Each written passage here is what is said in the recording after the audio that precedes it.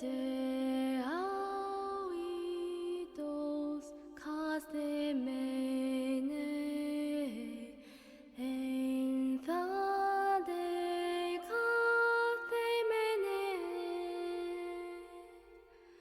cloendo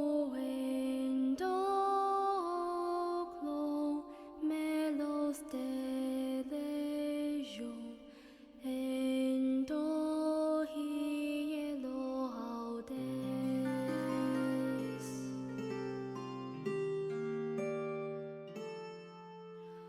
oite hede hoide hoste tifina bolinos oite ode kahine mona menos insene tele te auidos cathemene in ta de cathemene cloendo clo melos de lejo endo hielo audes.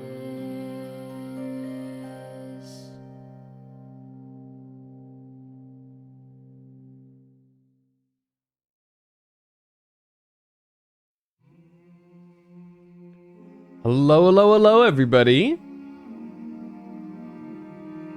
Hope you guys are all doing well. Congrats on 3rd Kilos and on 1st Roku. Tis a Wednesday, meaning it is Gacha Update Day. Most notably for Honkai Star Rail.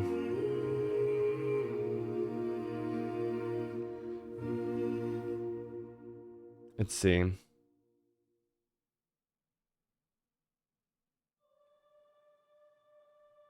going to be doing the 4.1 story today.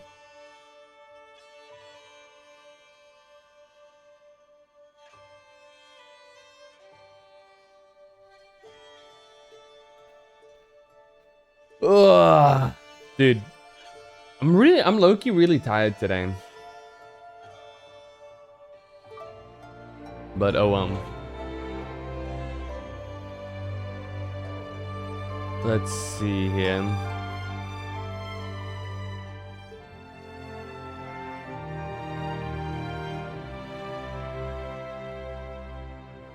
Let me appear real quick, actually. Hello! I'm here.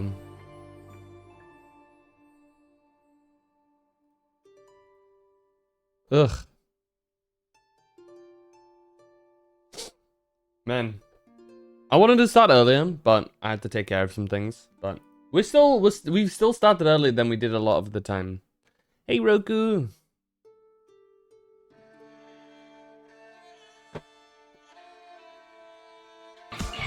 What the fuck? Jump scared by Pokemon sounds? We're not playing that today. Yeah, they did some new news on Pokemon Champions for anybody who's interested in competitive Pokemon. That's pretty cool. Let me fire up Star Rail.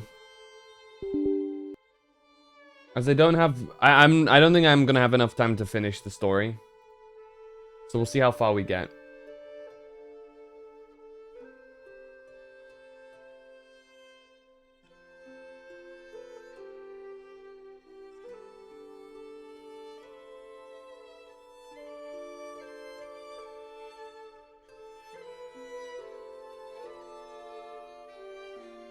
Let's see.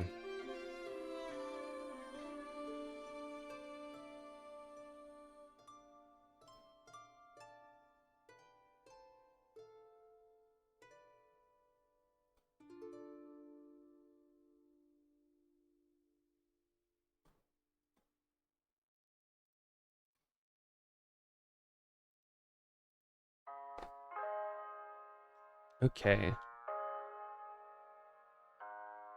Let me turn up the audio. Let's see.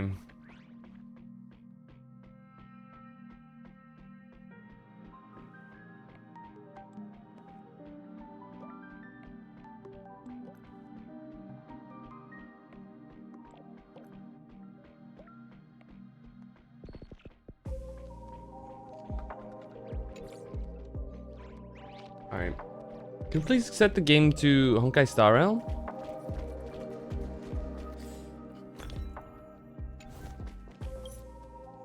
Oh, we can watch the story recap. Yeah, let's watch it, sure.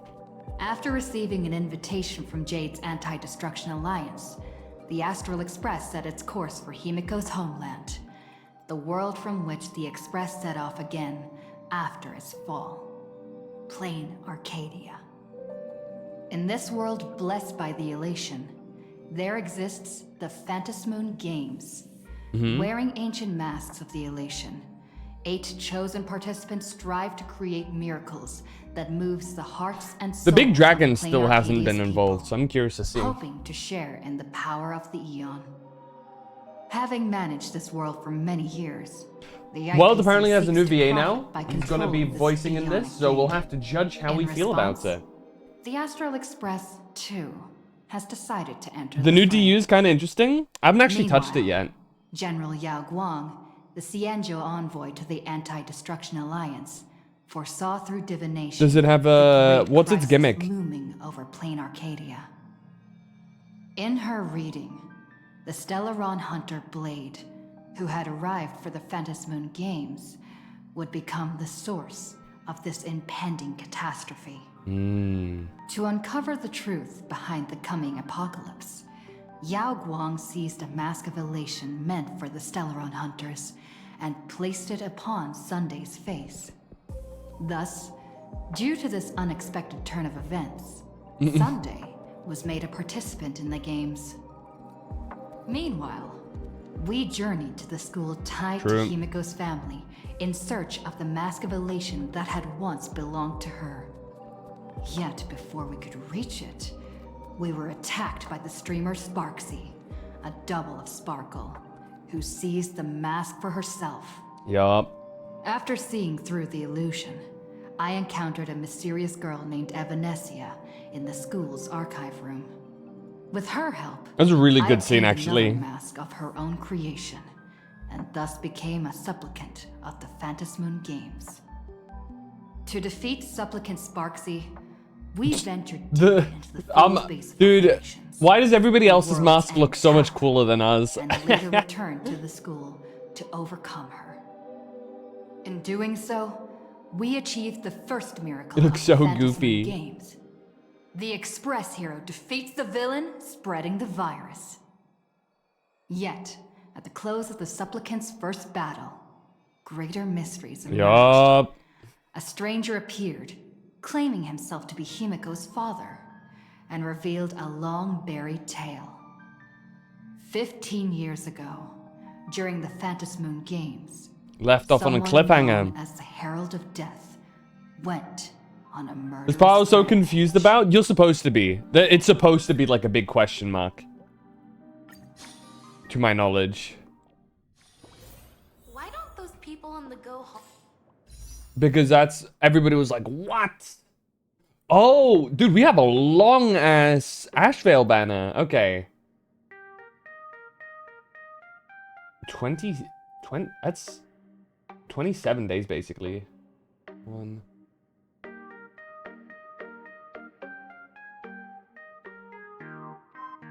So, that's 7, 14, 21, 28. Yeah, no, you know what? That checks out. Huh. Alright. Portrait of a middle-aged artist. Head to Graphia Academy and continue your adventure. Should I... I love the music of the school for some reason. It does bang. You know what? I should swap to my Sparksy team. That's my Archer team. Wait, where is my Sparksy team? Oh, there it is.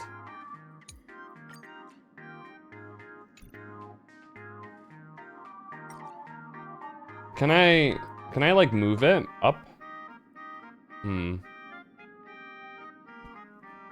I feel like I should shift some of these teams around. Just because of strength reasons. Because I want them in order of how strong they are and how often I use them.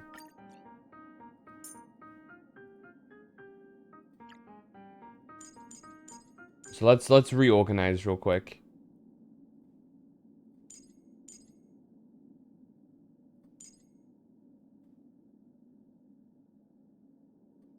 There you go.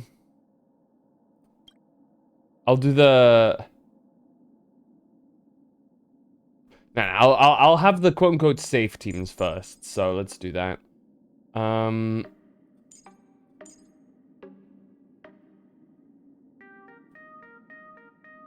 Wait, what? Shit, I don't remember what order I had the dot people in.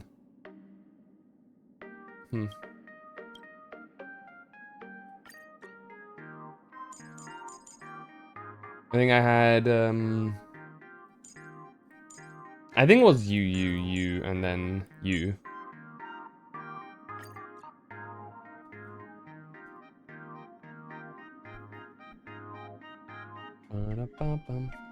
I haven't gotten too much time to test the Sparksy team. Compared to, like, say, my Finon team. But I imagine after some gear, they're gonna be roughly equal. So let's do that. Sparksy. There you go. There you go. Those are the 4 teams that I can quite freely swap between.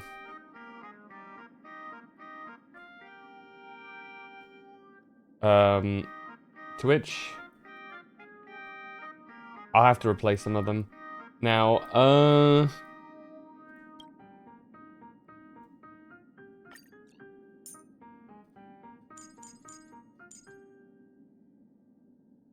was the Finon team I was rocking?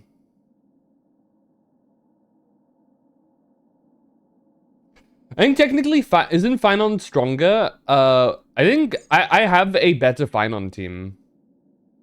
I believe if you add Sparkle into the mix here, it's technically quicker. Hey, Ray. Access to, like, everyone prior to playing Arcadia, so I just threw Finon, Saridja, Sunday, and Dan Hung into my first one. Oh, you get everyone? That's really sick, actually. Hold on. I remember typing up what Finon's best team is.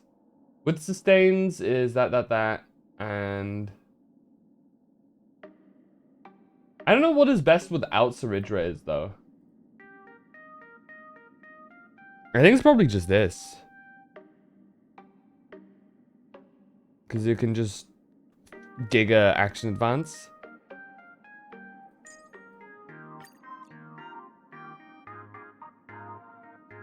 Are you pulling? No. I will not pull. How goes the grind? It's going okay. I haven't started yet. So I'm mainly just looking around and stuff. And adjusting some of my teams. So who did I get rid of? So that's the Finon team. It's another Finon team. I think I got rid of my The Hertha team, which is fine. I don't really use her at the moment. Okay.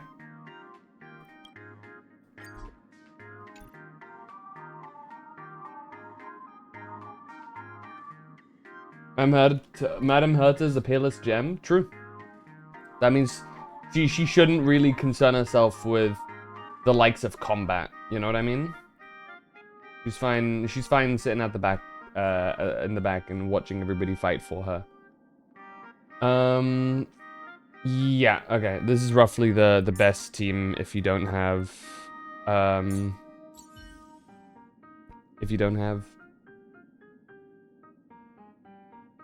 Holy shit, that's a really quick cycling team, I just realized.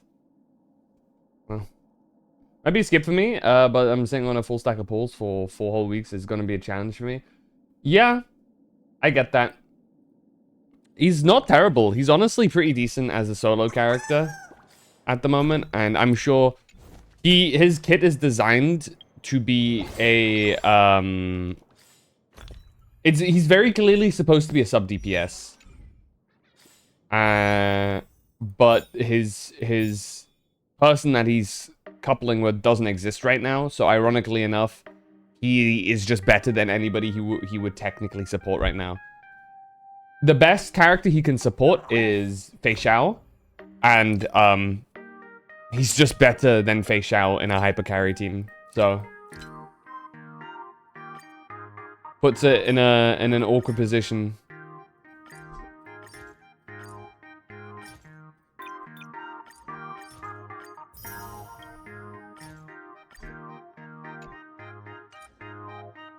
There we go. I will say though, my gear for Sparksy is garbage still. Which one am I really missing on? That one's not ideal, but it's whatever. This one hurt, yeah. I got a good roll on like the base stats, and then this is the shit that it went to. All break effect. I guess we're going break Sparksy now. This one went all into defense, much to my despair.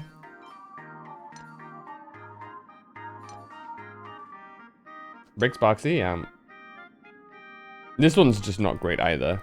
Because I think she wants attack, and she doesn't really... I think she doesn't actually care about speed, right? Let me see.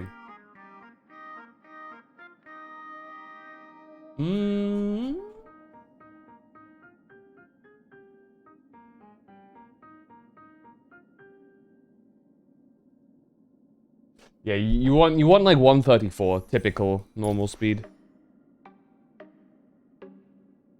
Oh, never mind. Just base speed. You want 0 speed substats. Never mind. If you want her to hit the normal breakpoint. If she... Oh yeah, let's just... I should use attack feat then. Easy. Let's see if I have better luck here. Not looking like it so far. Yep. Sounds about right for Sparksy's artifacts. That's actually really fucked up. I think I just re-roll that piece now.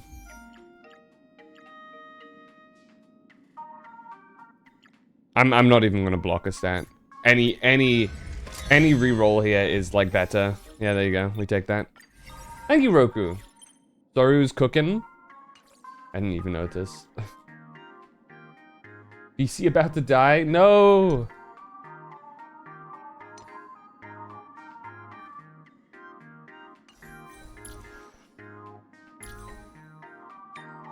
Okay. I mean, that's better stats. It's still not amazing, but it's going down a better angle, I suppose. Yeah,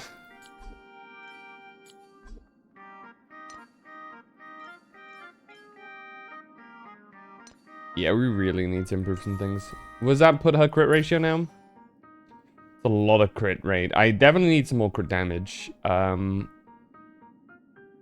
now I'm using this light cone, today's good luck, which is I think the battle pass light cone, which I think I've heard is her best. If you don't have her actual one, so I'll keep getting the battle pass stuff for her with that. Have I already finished this battle pass? No, I just started. I haven't even unlocked the battle pass. There you go. I'll do that down the line. We have a lot of these at the ready as well, fortunately. So should there be a character that we need, we can get some stuff for it. Do I care about this right now?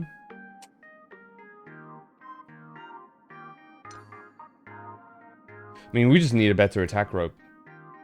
Honestly, hold on. I can do that right now, actually. Hold on. Synthesis.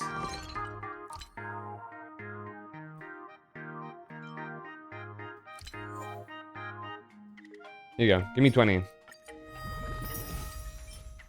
Nope. Nope. Well, no. Nope. Nope.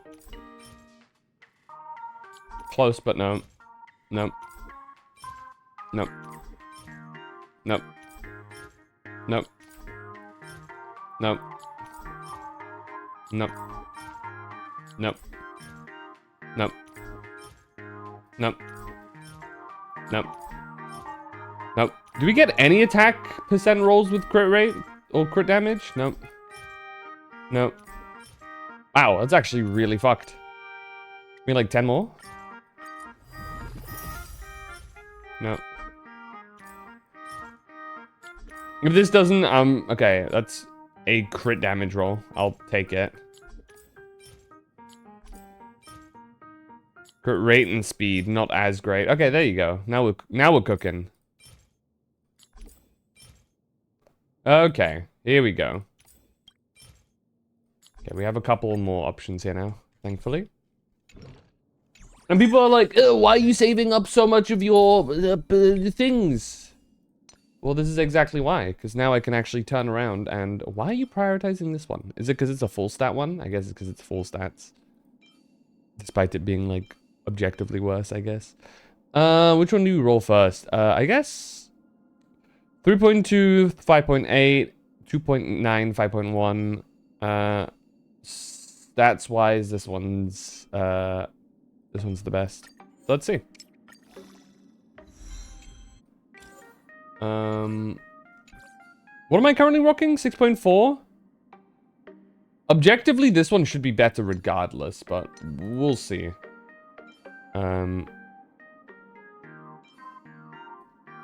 Is there any, like, fully leveled one that I can just discard? 6.1, 5.1... Yeah, I can discard this one. There you go. We'll call that shit recycling. You know what I mean?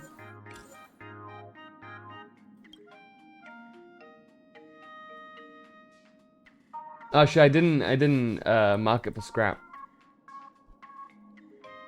Well, now I don't know where it is.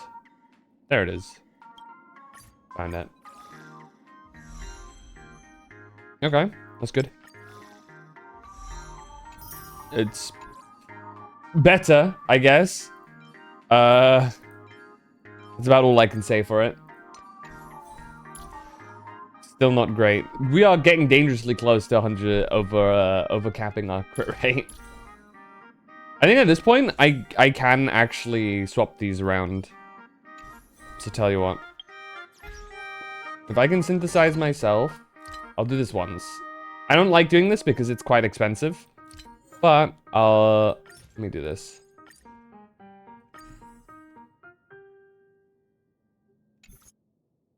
That's not the right one. We want to use this one. There you go. Almost fucked up. Wait, you do want crit rate on her? On her main stat? Am I just getting really unlucky with my rolls? You do want a crit rate body on her. I guess I am just getting unlucky with my rolls. I guess, does she do, like, crit damage? I guess with the team with, in the team with Sparkle, she gains crit damage. So it's not the end of the world. I just need to get luckier with some of my rolls, I suppose. How much of a stat total this is? 4. This is 4. So, rule of thumb, you never want to re-roll things here unless you can actively see that there's 5. I'm not going to re-roll this one because it's only got 2 pieces there. Ideally, this would also have attack percent. If it had attack percent in there, then I'd re-roll this to get a better result.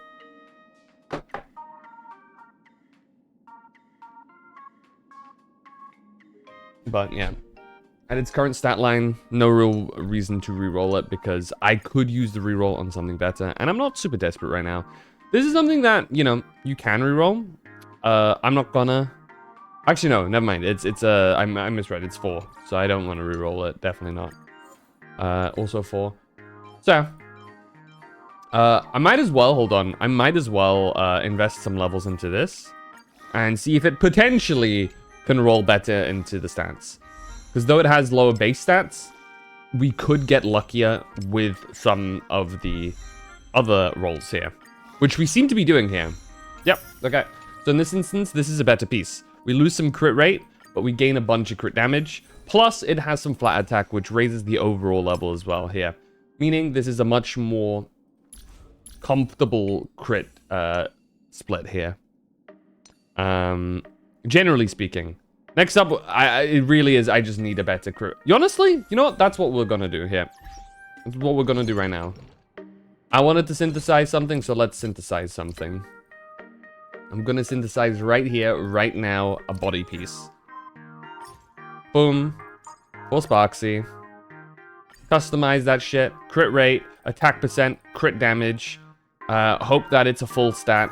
And pray. It's not a full stat. That's fine. It's a decently okay roll for the crit damage. I don't remember off the top of my head what the average rate is here. But hey. So it's not a full stat. It's not a 4-stat start, meaning that a level will get wasted regardless. But as long as... Well, I think it's already better. Just because it went into crit damage. Okay, it's definitely better. Very nice. Okay, very nice. You love to see it. That's very very nice. And here we go. Boom. Just like that. We're now looking much better. Technically, we still do want a bit more crit damage. I mainly blame it on some of the not as good pieces that we have. For example, this one. And I think my planar is also not great. I mean, it's okay. It's better. It's definitely better than what we had before. We can definitely get a better split here, though. In some of these other ones. But yeah, okay, now we're cooking. Now Sparksy's probably worth using. Compared to before. Shortly after SparksyCon fiasco came to an end, let's actually get this started. March, please, look straight into my eyes. Just like that. Perfect. Now, I'll need you to repeat these next few lines after me, and do so in the same tone of voice. Uh-huh. Okay. The sky is blue, not a dazzling display of sparks. Huh? The sky is blue, not a dazzling display of sparks. Though dazzling sparks What is going on? may light up the night sky, they can never outshine the eternal silence of stars. Are you kidding? That's one sentence? Okay, though dazzling sparks may light up the night sky, they can never outshine the eternal silence of stars? Very good. What you checking for? Very good.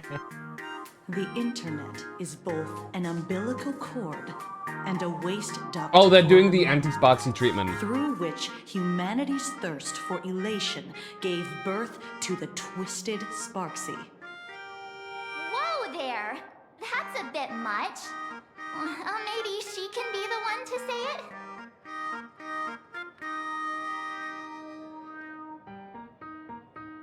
What kind of crazy talk is that? These are the test sentences I improvised according to the guidelines from the Human and Intellitron Emotional Baseline Test.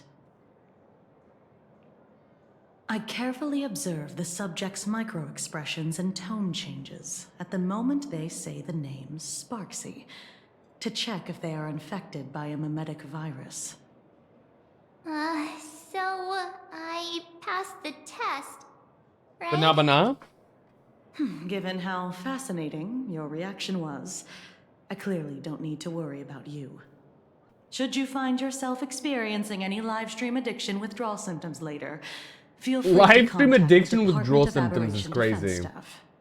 We'll provide you with a series of corrective behavioral treatments.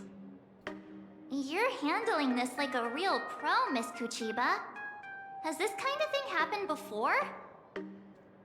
It's impossible to predict what will happen during the Phantasmoon Games. Once, a supplicant reversed the definitions of truth and lies, which nearly caused massive civil unrest. Oh, After that incident, that's we insane. incorporated mimetic treatment into the Department of Aberration Defense's emergency safety protocols. Sparksy Khan didn't cause any casualties this time. But if your partner hadn't stopped Sparksy from spreading the virus, she might have turned into a calamity-level aberration. All in a day's work. Calamity level? Just how dangerous is that? Without proper containment measures, a calamity-level aberration can destroy dozens of cities as it spreads. That's the scale we're talking about. Aberration? That's the Department of Aberration Defense's term for them. It usually refers to Imaginae infused with wish power who have lost control and begun to run amok. Over time, though, it's become a label that gets slapped onto any hazardous entity. Okay. So what level of aberration am I? True, power scaling. You? An aberration? What are you talking about? Though, I gotta say... How strong am I? You look pretty weird with that mask on. Don't tell me you're a Cosmicon collective player. The Department of Aberration Defense's hazard ratings are nothing like the power ratings in some card game. Right then, that's all for the required checkup. If you're interested in aberration calamity threat levels and how they're classified, you might want to take a look at this document.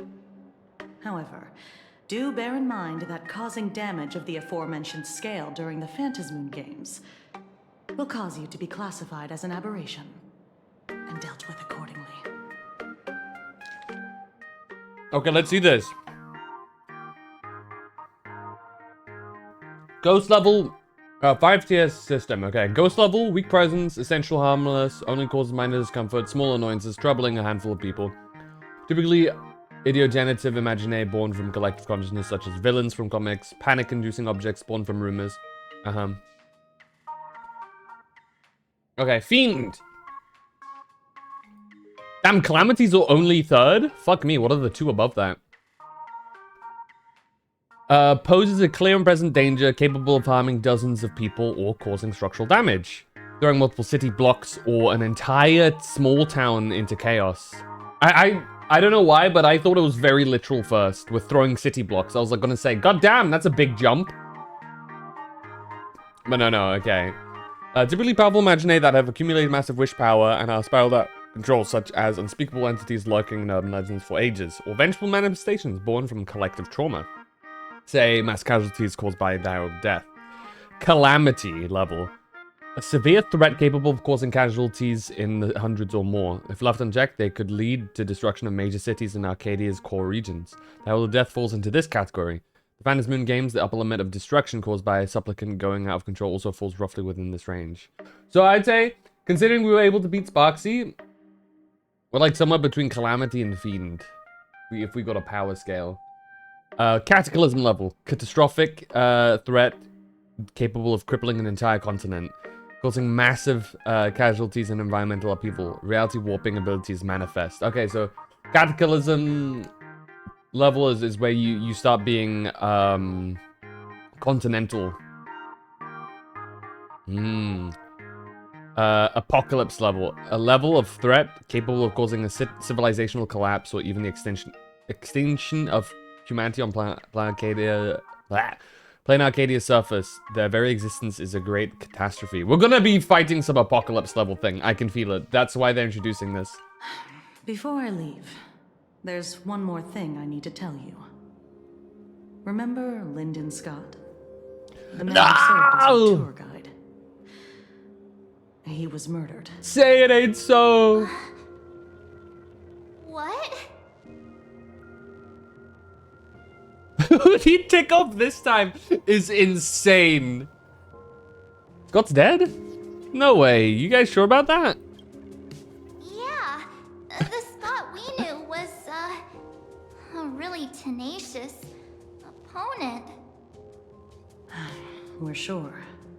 Both the ID and genetic information of the deceased match that of Mr. Scott's.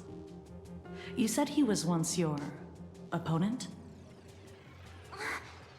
You don't suspect us, do you? I wouldn't exactly call Scott a friend. But we'd never do anything like that to him. We had a rivalry. Easy there, young Hey, lady. Pixel Phantom. I haven't even started asking questions yet. Of course, there's no way the renowned heroes of the Express would harm some lowly IPC employee simply because they had a problem with him. More importantly, both of you have solid alibis. The initial results of our investigation suggest his murder might be connected to the Phantasmoon Games. I'm informing you both of this to warn you to be extremely careful. The Phantasmoon Games are far from a simple game intended for passing the time or relaxation. You die in game, you die in real life. Anyway, I wish you success. Farewell. Scott. Could he actually... I just can't believe it. But it was Miss Kuchiba who told us, so... It can't be true. The goat must is be never true. done. So... A wolf does the not concern Phantasmoon himself Games. with death. Pretty frightening, huh? What's your take?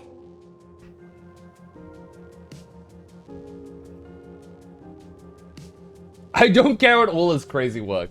I want to find out the truth. Yeah. Even though Scott pops up now and then to give us a bit of trouble, I still feel bad about him dying so suddenly during the Phantasmoon Games like this.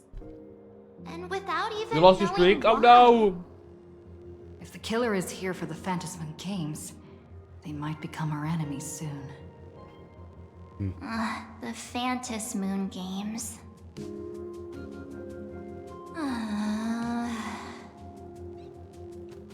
Hey, what's that for? You're way too young to sigh like that. Good thing Himeko entrusted this mission to the two of us. Who would have imagined that the Great March herself would be stopped at the doorstep in the very first round? Forget it. I'm not like you. I was never hero material to begin with. Normally my hands can't even keep up with my brain when I play video games. You gotta get more practice in, is what that sounds You're like. definitely the right person for the Phantasmoon March Games. is definitely an Animal Crossing girly. You know what I mean? Such a shame. March is currently Finally no get a lifing chance to Pocopia. vacation in I can Himiko's feel it. hometown.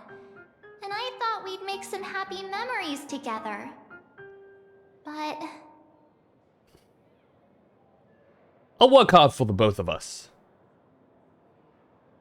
I hope you'll be safe and sound. I'll triumph in the Phantasmoon Games in your stead.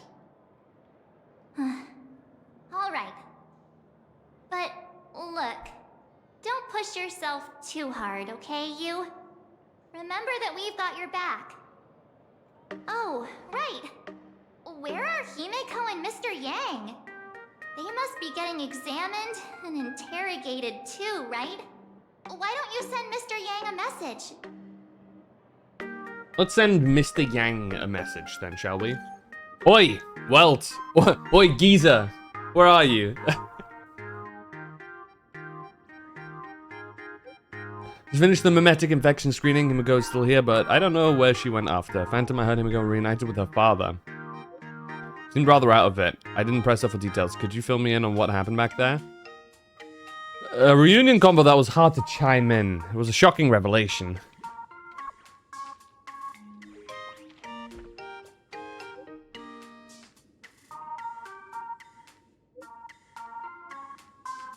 You want to hear the whole story? Well, it's important when it's going through. I'll be waiting for you in that classroom with that ghost you mentioned earlier. Come quickly. Mr. Yang said he wants to hear what happened between Himiko and her dad. Shut up, Alarm. Can't blame him for being curious. I really want to know too. No. I was gonna start fighting that. I was gonna start fighting that person, but I was like, no, I have to lock in. Oh, is this not open? No, it is. Also 50-50 Himiko though. Women when we don't want women on the men only account. That's crazy. I do not have such weaknesses. Everyone is welcome on my account. Unless you're a you know, a standard 5-star character that I really don't want when I need to win my 50-50. But beyond that, you know, the more the merrier. Hey, well, all right, brace yourselves. New VA time. Himiko hasn't mentioned her father at all in the time since I boarded. So, what is going on between them? As you were the only one with her at the time, you're the only one I can ask. His voice has gotten even deeper. Crazy. Now, okay, I will say, to anybody that says it feels off, it probably will be for a little bit. You gotta let the VA settle into the character first. Kind of like master what they feel like it should be like, and probably get some slight community want to at least lose to a man though. It doesn't matter. Insert Yuji from Modulo image. It doesn't matter. No worries, Pixel Phantom. I'll catch you later when your Wi-Fi is better.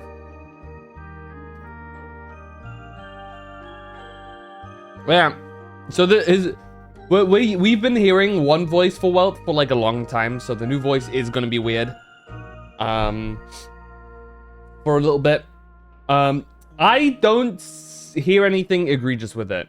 I don't immediately recoil when I hear the voice, which is a good thing. We'll have to see. We'll have to see how things go.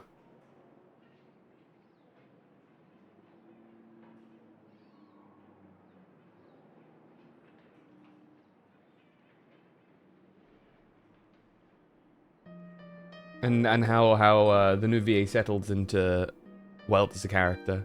Let's hear more. Yeah, it really threw me for a sec when you said Himiko's father. But when you think about it, it's only natural that Himiko has a father, right? Not everyone's like me, thawed out of an ice block. So, here's what happened. A while ago. 15 years ago. The Phantom Moon Games of that year came to be remembered as the Blood-Stained Games. Ryusuke's So many parents lost their children. So many people voice is insane. lost those dearest to them. One of the victims was my very own daughter.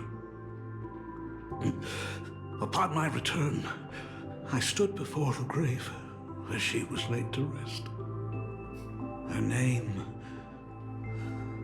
was Himiko. So, this lady who bears her name... Bro's got bandages on him. Yeah, this was very confusing. So let's see. 15 years ago, when I made up my mind to join this Phantom Moon Games. Did she like fake her My death? father wasn't with me. Even as I fought for my life against the Herald of Death, my father was still off somewhere, wandering the cosmos. Strictly speaking, ever since I can remember, his presence in my life has been as thin as the air in space. Damn. That's So, nothing. I would ask you, who bears his name? Who exactly are you? Oh, is this them just fucking around? Well, look at you. Are they just fucking with us? Is that what the whole cliffhanger was? Just a joke. A joke. It's been 15 years. What a bunch of assholes. Such a fine young lady. How could you expect your old man to recognize you right off the bat? Awful. So, what's with that gravestone I saw with your name? Okay, you know. When you don't know if you'll live to see tomorrow, there's nothing strange about getting your affairs in order in advance, is there, Mr. Ryusuke? Mr. Ryusuke? How could you be so formal with your own father? At least call me This is the Dad bait when you and use switch. them, okay? Unbelievable. Hide in the corner. Hold it. Ah. And you are... Don't tell me. Chemical. Is this your child? Yup. That's mother. Grandpa. Could you please stop making things worse? I haven't seen you in 15 years, and now I'm a grandfather. Wait, who's the father? That's enough. You are looking at my colleague, a new generation of trailblazer, my friend and my companion on the Astral Express. Do you understand now, Father? You hear that? She called me father. Hello These there, two, my dude. friend. Hello. Sorry about that. I thought you were Himiko's daughter for a second there.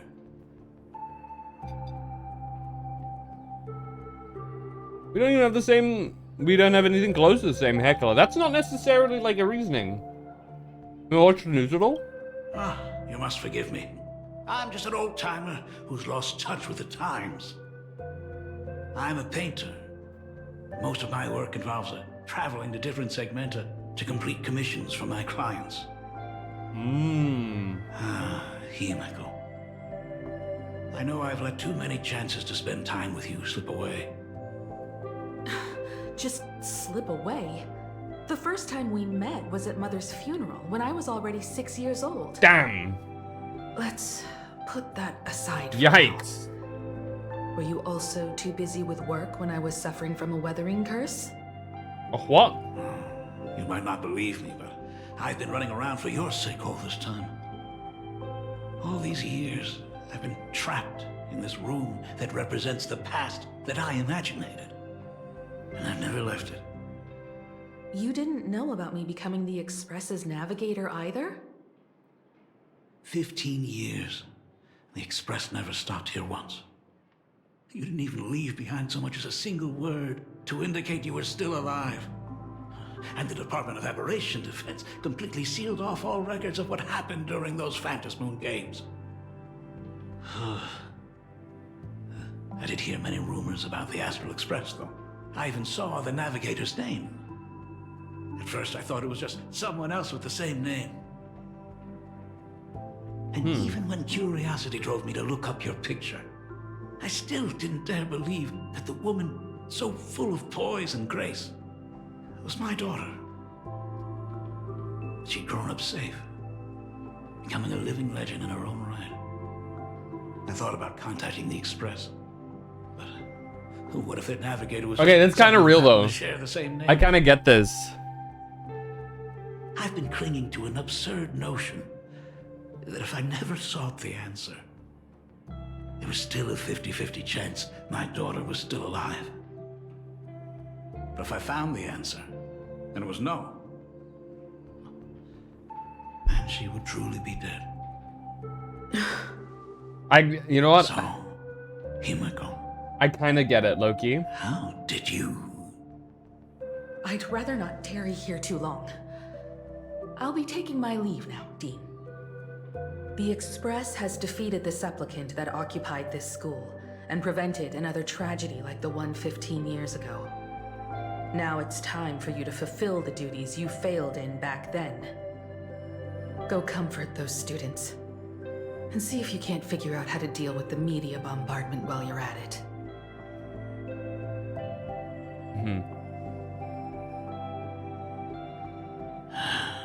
failed in my duties?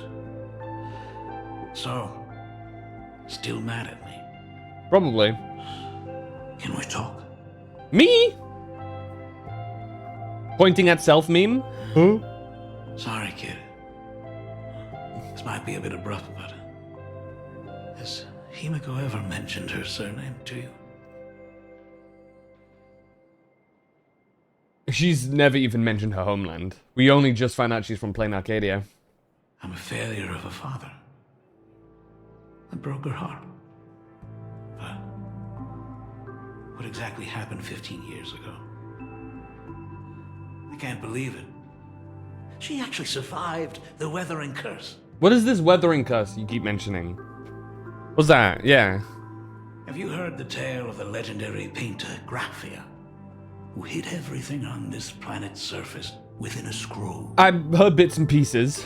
It is said that to achieve such a monumental feat, she made a forbidden exchange, sacrificing both her own life and that of her descendants, resulting in the weathering curse. What does Few that mean? descendants carrying the Graphia bloodline have lived past 30. Most of them wither like flowers while they're still young. My dumbass was about to say, well, how are you alive? But then obviously must come from Himiko's mother's side then. And he just married into the family. I say family, it's probably just them now. Okay, that makes sense. Himiko's no exception. So that's why her She mother was died as tormented well. by the curse for years. When Himiko was like 6. That tracks.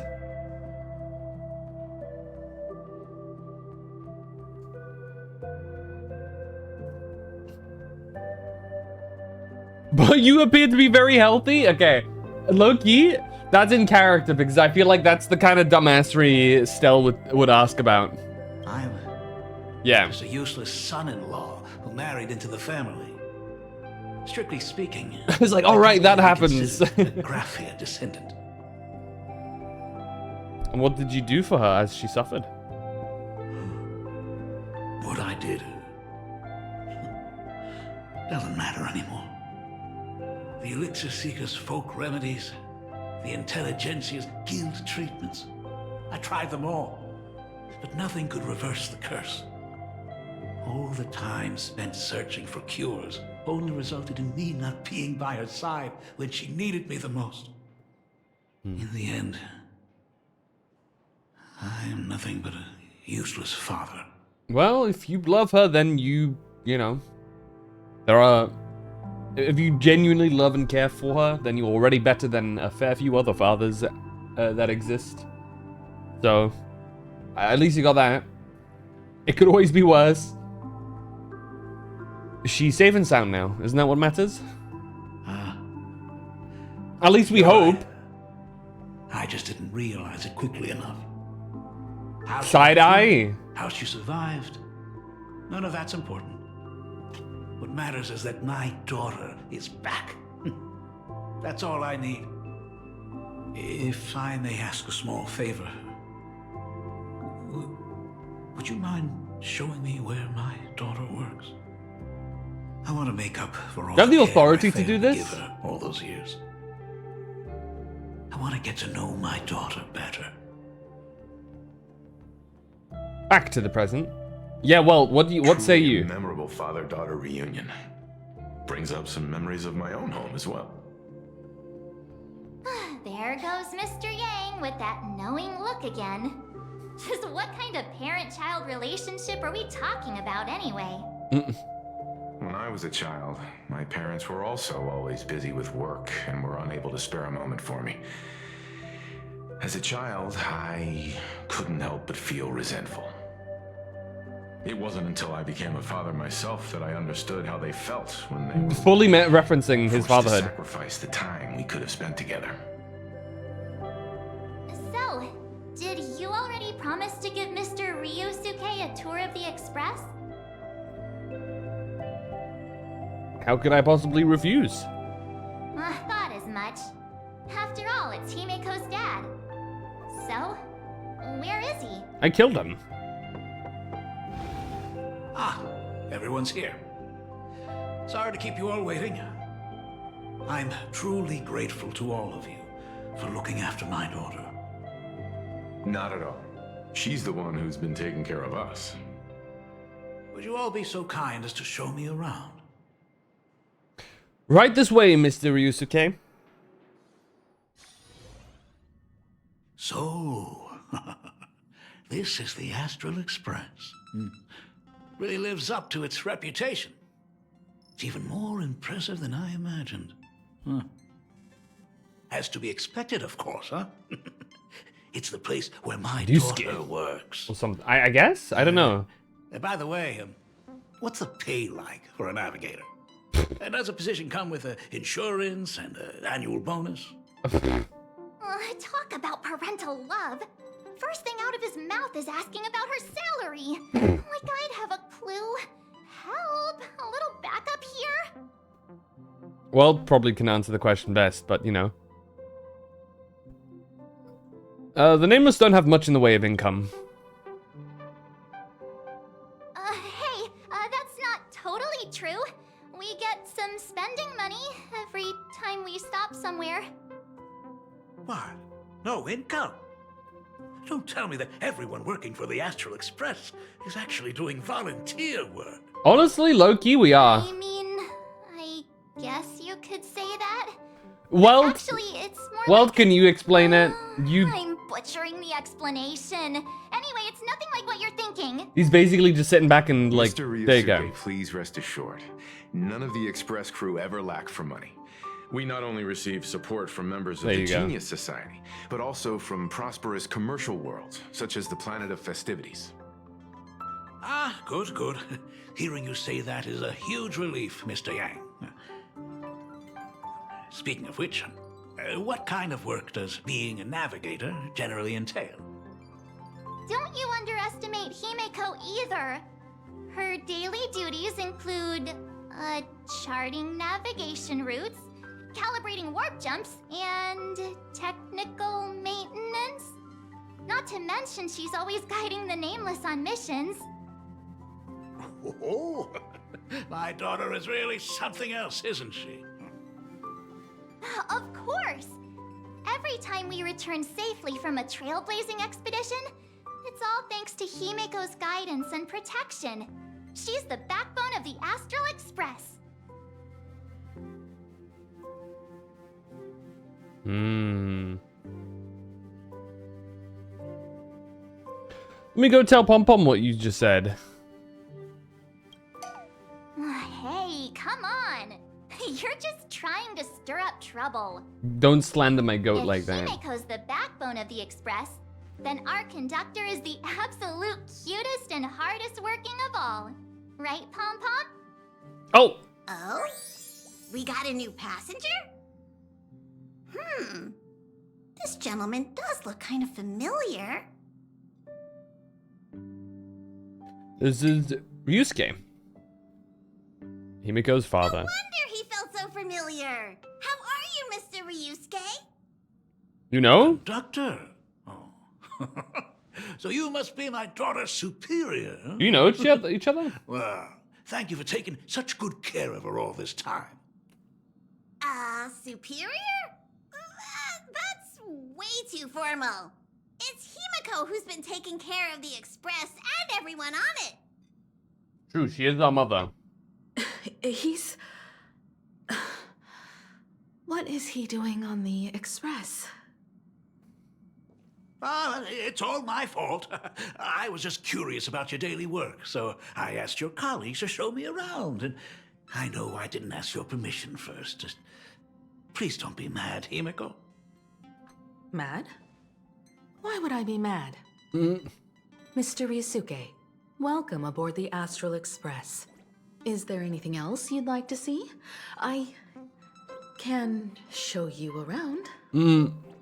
Well, I know you'd rather keep your distance from your good-for-nothing father. You're on a journey, and it's rude of me to barge in like this. But it's been way too long since we last saw each other. As your father, I want to get to know you better. Make up for all the time we've lost. At least while you're staying here. Please allow me to show you some of the fatherly care and devotion I owe you. Will you?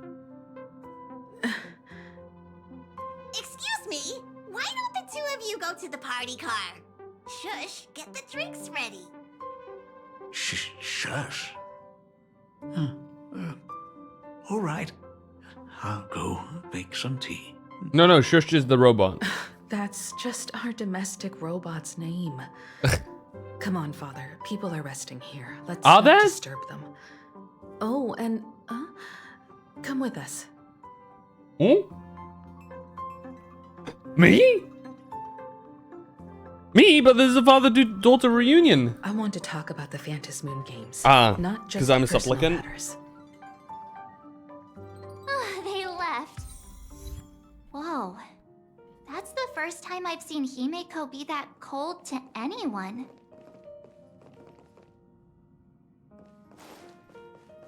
All right.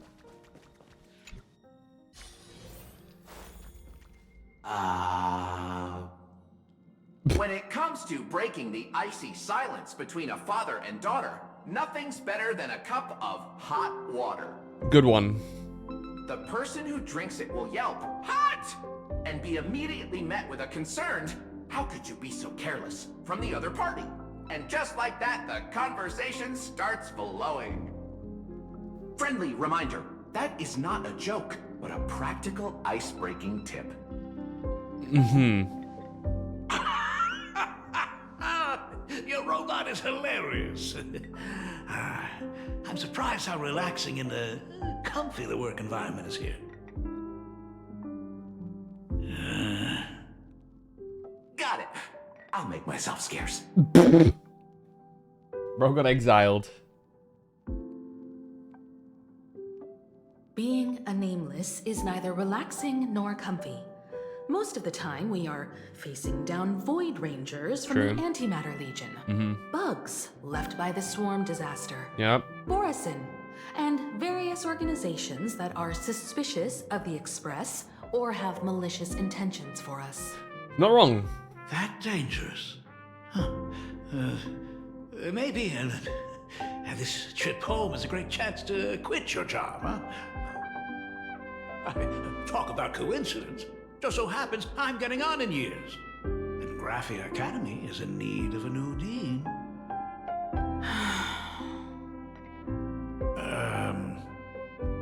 You know that's not what I meant. That Once I side set my boob mind angle to was something, insane, I by the never way. look back. Ever since I was 6, when you told me those stories about traveling through the cosmos, I knew that someday I would walk among the stars. Actually, I was just kidding. I'm not completely clueless about what the Express and what you do. Oh, right. Once I knew the Express was coming, I even bought that comic series that's based on your adventures. Oh yeah? What you think? Please don't tell me it's fluffy across the blue. I never thought you'd be into comics. That's right. The protagonist is a baseball bat-wielding raccoon. The character's based on that kid, right? As an artist, you do have a good eye. Come over here. Hello. Thanks for giving us some time alone. Don't mention it. Hey, Miko. That's the first time I've seen you smile since I've seen you this time. So, what brought you back home this time? What's the story behind our lucky meeting? Like I said before, we're here for the Phantom Moon Games. So, the Phantom Moon Games 15 years ago were the reason you were able to overcome the Weathering Curse? Indeed. I Oh, that see. was her wish. That makes sense. For those of us who haven't experienced the Ionic game firsthand, it's just something from the history books, or even akin to a myth. But I never imagined that the Ionic game would turn into a blood sacrifice overnight. The Herald of Death was a heartless madman. If I hadn't defeated him then, all of Duo Mansion City would have become his slaughterhouse. During the first few years of my journey, I relived that evening every single night in my dreams. The color of that twilight, painted with blood. So much blood. Blended with terror and screams. The victims were twisted like clay into grotesque shapes, like paint tubes that had been snapped, one after the other. That is awful. And that man. Is it Jin? Reveled in the colors splattered everywhere and wanted the whole world to be his canvas. Did Jin sneak into Star Rail?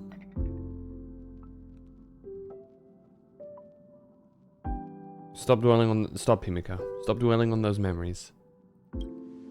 Even if I could avenge his victims, in the end, it won't bring them back to life. The entire thing is like a heavy piece of baggage. Only by letting it go can I travel the road ahead more easily. You did your best. And I'm glad to see you made it back here safe and sound. I thought I'd never come back. But the times have changed. The conditions to hold the Phantom Moon Games have been met again. However, to hold 2 games in just 15 years? That in itself is far from normal. Just like 15 years ago, the IPC wants to control everything. However, a game woven by the most fickle of eons is destined to slip through everyone's grasp. I received a report from the Department of Aberration Defense. I'm sure she must also have heard. There's been a brutal incident in Dovebrook District. Someone massacred everyone at the headquarters of the Sinwish Syndicate, leaving a signature that only the Herald of Death would use. The Bloody Bloom.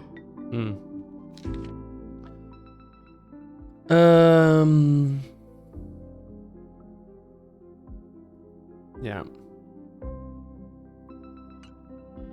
What? The Herald of Death is still alive? Is it really the same Herald of Death as before? People at the Department of Aberration Defense told me that the Herald of Death was executed after his verdict was passed. Even were he to be resurrected, the rules dictate that the same person cannot become a supplicant twice. Well, do we know they're a supplicant, per se? We've got a copycat? That's right. The Herald of Death has a copycat. But what I find even more worrying is that this Phantom Moon Games has caught the attention of something even more terrifying than the Herald of Death. I believe that whether or not this Herald of Death copycat has a connection to the Phantom Moon Games, defeating him presents an excellent opportunity for you to demonstrate the resolve of the Nameless to the whole of Plain Arcadia.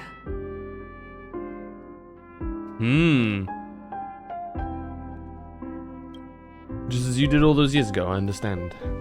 As for you, Dad, have any clients commissioned you lately? It'd be best if you left this world for a while. May I take that as my daughter showing concern for her dad? You can take it as a safety advisory from the Astral Express. Also, as she has already become a supplicant and joined the Phantom Moon Games, she will have my full support. I'd like her to temporarily keep the Mask of Elation that has been passed down through our family. Too late for me to raise any objections at this point, right? Sounds good. The mask stays with the kid. Yippee! Would you like another drink? Got it. Next, it's time to show me the way out, isn't it? I've definitely overstayed my welcome. For most of my life, I couldn't be there for my daughter. And now that I finally have the chance, she wants me to leave. What's up, In Azil? that case, I'll be on my way.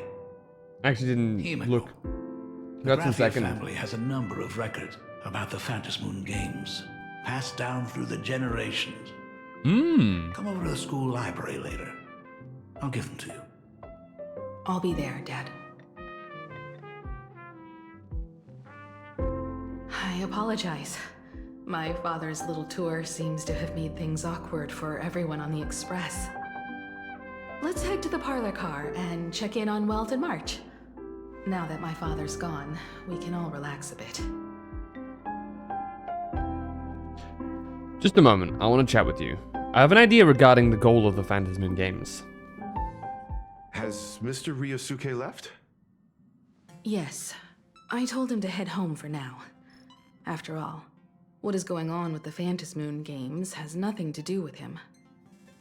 I'm really sorry, everyone, for bringing my personal family matters onto the Express. Good luck with studying, Not Azil. at all. Mr. Ryusuke is your family. And that makes him part of our family too. That's right. And the most important thing for family is to be together. So he's welcome to drop by anytime. Madame Pearl sent a message to the Express just now, inviting our supplicant to a meeting.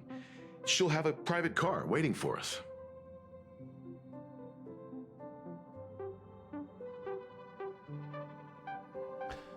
Madam Pearl, okay. Meeting with Pearl? Yes. The Yes. meeting won't be held in some stuffy Very formal enthusiastic. reception room. She would like us to visit and tour the headquarters of a company under her name instead. Himiko, you know about Pearlux Corp, right?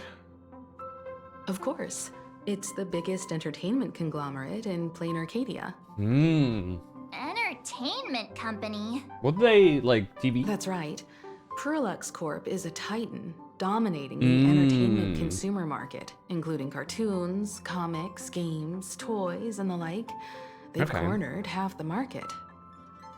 Oh, so that's where the Pearl in Pearlux comes from. It's a play on her name. Wow, that's... Did Pearl mention what she wanted to talk about? She didn't say much, but she specifically mentioned wanting to discuss the developments regarding the Phantasmoon games, and that she could provide us with a bit of help. Helping her opponents in the Eonic game? Oh, looks like she realizes we are all in the same boat. Perhaps she has also realized that the Phantasmoon games cannot be artificially manipulated. We may be able to get a clearer picture of Pearl's intentions after we meet with her. You're really going to have me meet Pearl? You know I'm not the best with words, right? Think about it. You've already crossed paths with key figures from numerous factions, and even built rapport with some. You're already a capable nameless who can more than hold your own. Though she holds a high administrative position on this planet, do not forget, she is also one of the 10 Stonehearts. You've already dealt with Aventurine on numerous occasions, so you should have ample experience handling members of the 10 Stonehearts. Hey, don't worry. If things do get messy, yours truly is here to save the day. Looks like March wants to visit too. Okay. I'm just trying to look out for her here. Even if things do go sideways, Pearl wouldn't dare get mad at two adorable young ladies like us, right? Well then, I'll leave this meeting to you two. Well, I wonder what she says if you're Kalis. Though, ironically enough, I'd say two young ladies work still with Kalis. That's neither here nor there. Aren't you coming with us, Himeko? I'd like to talk with my father. Didn't he say he would hand over the records about the Phantasmoon games from our family history to me? And honestly, isn't this a good chance for you youngsters to handle things independently? Uh-oh. I understand. In that case, she, March, and I will be heading out now. What do you mean independently? Do you know what we were doing in Amporius? Oh, score! A private car!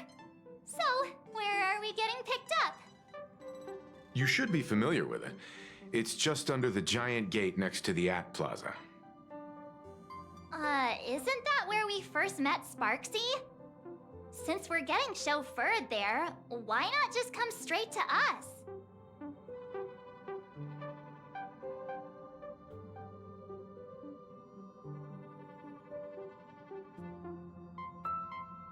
Isn't this some perfect chance to do some shopping? Looks like we're not the only ones getting picked up then. Perfect! I've been wanting to stop by the comic store to grab a copy of Fluffy Across the Blue.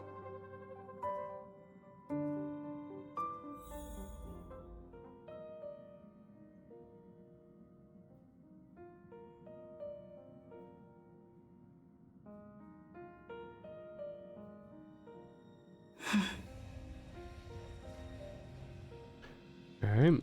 I was right there. What the hell? I wonder what role Himiko's father will have in this. Convenience store. Mind if I grab a copy of Fluffy Across the Blue while we're waiting? Is that the comic based on the Express's adventures? The author sure knows how to tap into what's trending. The best part is that the author drew all of us as adorable little animals. Totally fits our personas, don't you think?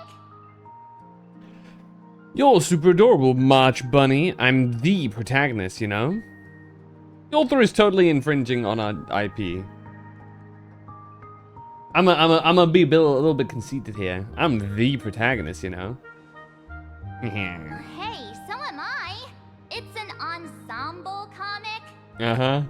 In fact, Keep telling we've yourself that. recently announced that the Fluffy is getting an animated adaptation, and the copyright for it is currently held by Pearlux Corp.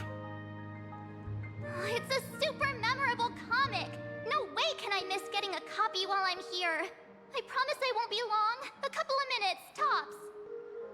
Looks like we got here on the early side. Since coming to this world, I still haven't had a chance to get a street-level view of the city. How about this? We'll meet up under the ad at the Plaza Gate in a few minutes. Okay. All right. Sounds like a plan. Might as well take a look around then. Holy shit, we're about to be killed. No, it's fine. Let's go. Absolutely insane. Oh, shit. Did you see the post I shared? Bah! Hello there. Would you like to learn more about the Research Society of Happy There's lots of Smiles? people. So, are there any charges or fees? Let's go to Ashrael first. What's up, Is the broski? weight of work and stress in your life crushing you? Check out the Research Society of Happy Smiles. Mr. Sus. So, this free? Rest assured, the only thing joining our Research Society will cost you is a bit of your precious time. Uh-huh. We've set up a venue near Dovebrook, where we offer free psychological counseling and living assistance to all visitors. All our services are provided free of charge. I had a friend who passed away, and he mentioned you before. He told me that if I ever ran into trouble, the kind people at the Research Society would help me. Your friend passed away? How terribly sad. But the words he left you have illuminated your path in life. This is He told me insane. that if I joined the Research Society of Happy Smiles, I could get rid of my suffering forever and be eternally happy. Is that true? Of course it's true. Okay, It's the dude. society we live in. That's freaky Everyone's as hell, suspicious and acting dismissive like of one that. another, and willing to take dangerous risks just for a little pleasure, for a thrill. Did you hear about how a streamer took over Graphia Academy and was trying What? to spread Oh, about yeah, right. violence through the Ashvale's on internet? screen. And over in Dovebrook, gang violence erupted and left a pile of corpses in its wake. Oh, may the Master of Elation save us all. The Research Society was founded with the sole purpose of healing humanity's incurable inner pain. Following Aha's creed, we aim to spread laughter across the mortal coil and eliminate all suffering. Eliminate all suffering? What does that mean? Exactly what it says. As an eraser wipes away the doodles of a pencil, so too shall the pain be wiped away. Well, pain's an important part. Have either of you heard about the tragedy of the blood-stained games 15 years ago? I've heard of it. Why, of course you have. You're the Astral Express's superstar. You've even dug up everything there is to know about something that happened over a decade ago. That's me. There was an awful accident during the last Phantom Moon Games, and many people lost their loved ones and children. It was as if a hole that could never be filled had been drilled into their hearts, leaving only sorrow to accompany them for the rest of their lives. To escape their suffering, these people who had lost their loved ones gathered together and established a mutual support association. This was the Research Society of Happy Smiles' predecessor. It's now been well over a decade, and the Research Society continues to help more and more people emerge from the darkness in their lives and step into a brighter, happier future. Come to think of it, it would be most wonderful if a distinguished person like yourself were also interested in our Research Society. Should you find yourself with a moment to spare, please come and visit our Mutual Aid Society. Well, if it isn't the Astral Express's superstar. Of course it's you. Hey! Looks like we really were bound to run into each other. Rude? What, here to catch me again? Perish the thought! You're the hero who just saved Duo Mention City. Laying a hand on you would spark public outrage. That's right, and don't you forget it. I'm here to do my job. Problem is, you've gone and messed up my investigation. You're investigating some roadside charity group? The Research Society of Happy Smiles. You think they're just some random charity outfit? You must have heard about the Sinwish Syndicate killings in Dovebrook, right? The lead I'm following might be connected to this Research Society of Happy Smiles. Oh, good music I'll shift. stop there. Not like you're going to pay for my intel, and none of this is any of your business anyway.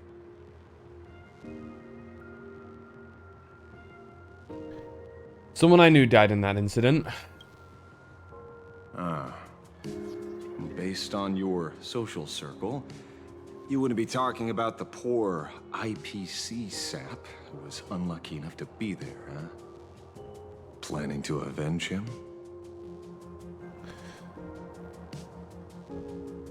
I'd plan on defeating the Herald of Death. That counts as revenge. Oh. So your next miracle will be executing the Herald of Death. Can't say I'm surprised. Be careful. The murderer is the Herald of Death. He's dangerous. Oh, thanks for your concern. Oh, be careful. Been a hot minute since anyone said that to me. Even so, it's my duty to solve the case. Doesn't matter if nobody pays me. I'll still find the killer and exact justice on the spot. Why? A friend of yours was among the victims? A fool I happen to be on fairly good terms with. Revenge killings or turf wars. Wouldn't be unusual for gang members to die like that, but dying at the hands of some psycho who kills for kicks? That I can't accept. No matter where you are in the cosmos, which era, regardless of how civilization evolves, some rules will just never change. Like an eye for an eye, a tooth for a tooth. Eye for an eye makes the world go blind. Guess which lucky girl just managed to snag the last copy in the whole store? Who's this? Hey, Marge. Allow me to introduce myself. I'm Ashvale, the famous detective. You could say your This friend guy. and I are acquainted through past clashes.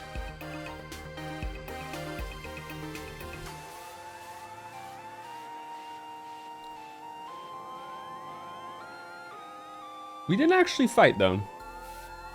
I don't really know who this guy. Really? Yeah, I don't really know this guy like through and through. Oh, my. Celebrities truly. He just kind of came after us for a bit. First time I've ever heard anyone introduce themselves as a famous detective. Mr. Ashvale? Why are you staring at me? Is there something weird on my face? Young lady, you're holding a copy of Fluffy Across the Blue, right? Would you mind giving it to me? Well, give it to you? This was the last copy in the store, you know. That's right. Oh, I see. Of course. I'm not asking you to give it away for free. I'll pay for it. The retail price is 300 credits. I can pay you 10 times sticker price. 3,000 credits. What do you say? 3,000. Hey, mister, this isn't about the money. Because it was the last one on the shelves. True. The last item in stock is like the final slice of cake on the plate. The last prey animal on the plains never fails to stir our urge to seize it before anyone else. So, 30,000 credits. How about that? He's got no money. That's my final offer. I'm not exactly rolling in money here. Why are you fighting over a comic book with a kid? With a kid? You sure? This will piss both of them off. Truth is, I'm actually buying it for that foolish friend of mine. The one who died. Are you guilt tripping now? Today is his farewell ceremony. I thought I'd buy him his favorite comic to pay my respects. He is. How would you...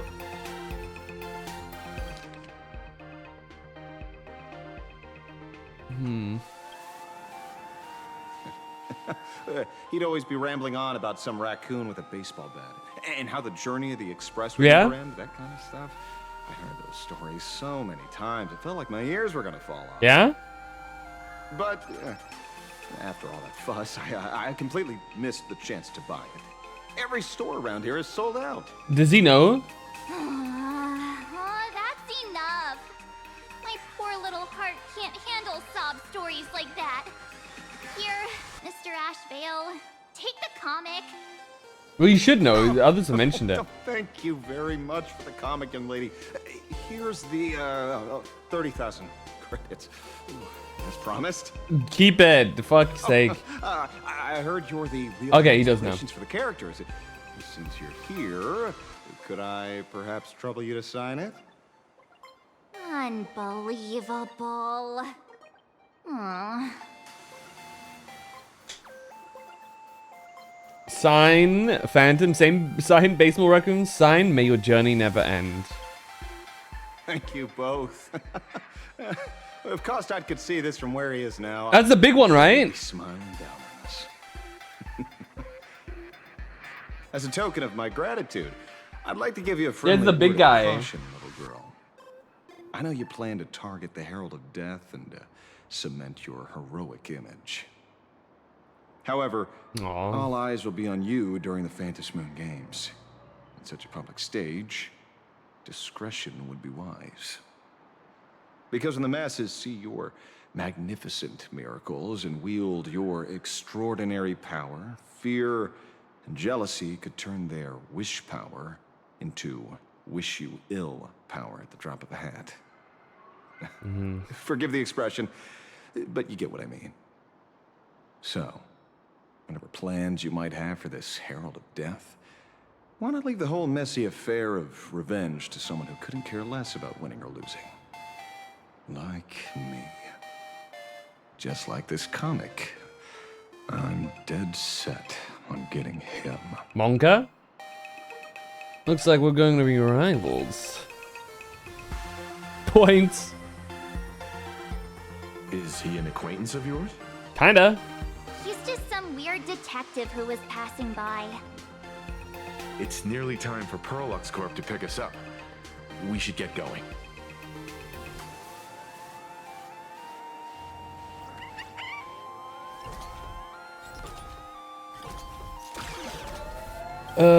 Okay, so we have a couple of other places to look at.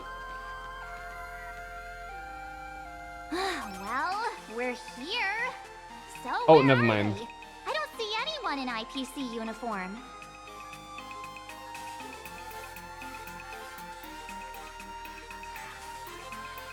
Is it the robot behind us? Got stood up? No way. They're professionals and they work for a huge company. There's no way they'd just bail without saying anything. Greetings, crew of the Astral Express. There you go. It is my honor to escort you on your visit to headquarters. Whoa, the music. I am guard number 100086, created by Perlux Corp, a security specialist from the business division. My designated human name is Faerun, said to derive from an ancient language meaning iron. It's a pleasure to be of service. The music is sick. Wow, a Mechatron employee. How cool is that? I'm truly honored to hear you say so. So, what are we waiting for? Let's go. According to the instructions given to me by Madame Pearl's secretary, there is still one more guest I need to pick up. I respect... Oh, well then. Well, now, how did I not see this coming? Looks like we're going the same way after all. It's you again. Hey, Mechatron, what's the plan? Do we hop into your cockpit, or are you gonna give us all a piggyback while you fly over? Your ride is ready. Please, take your seats, everyone.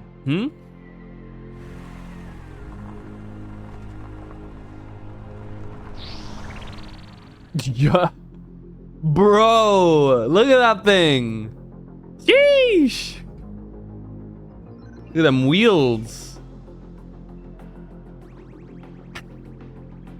Whoa.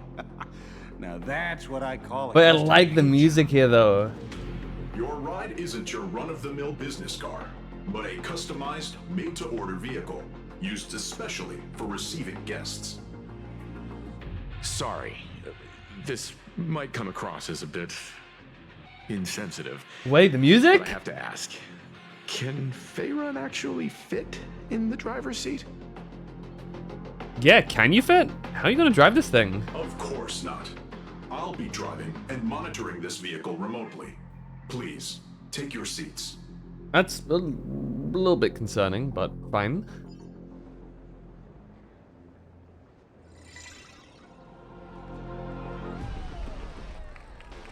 Oh yeah, the guitar.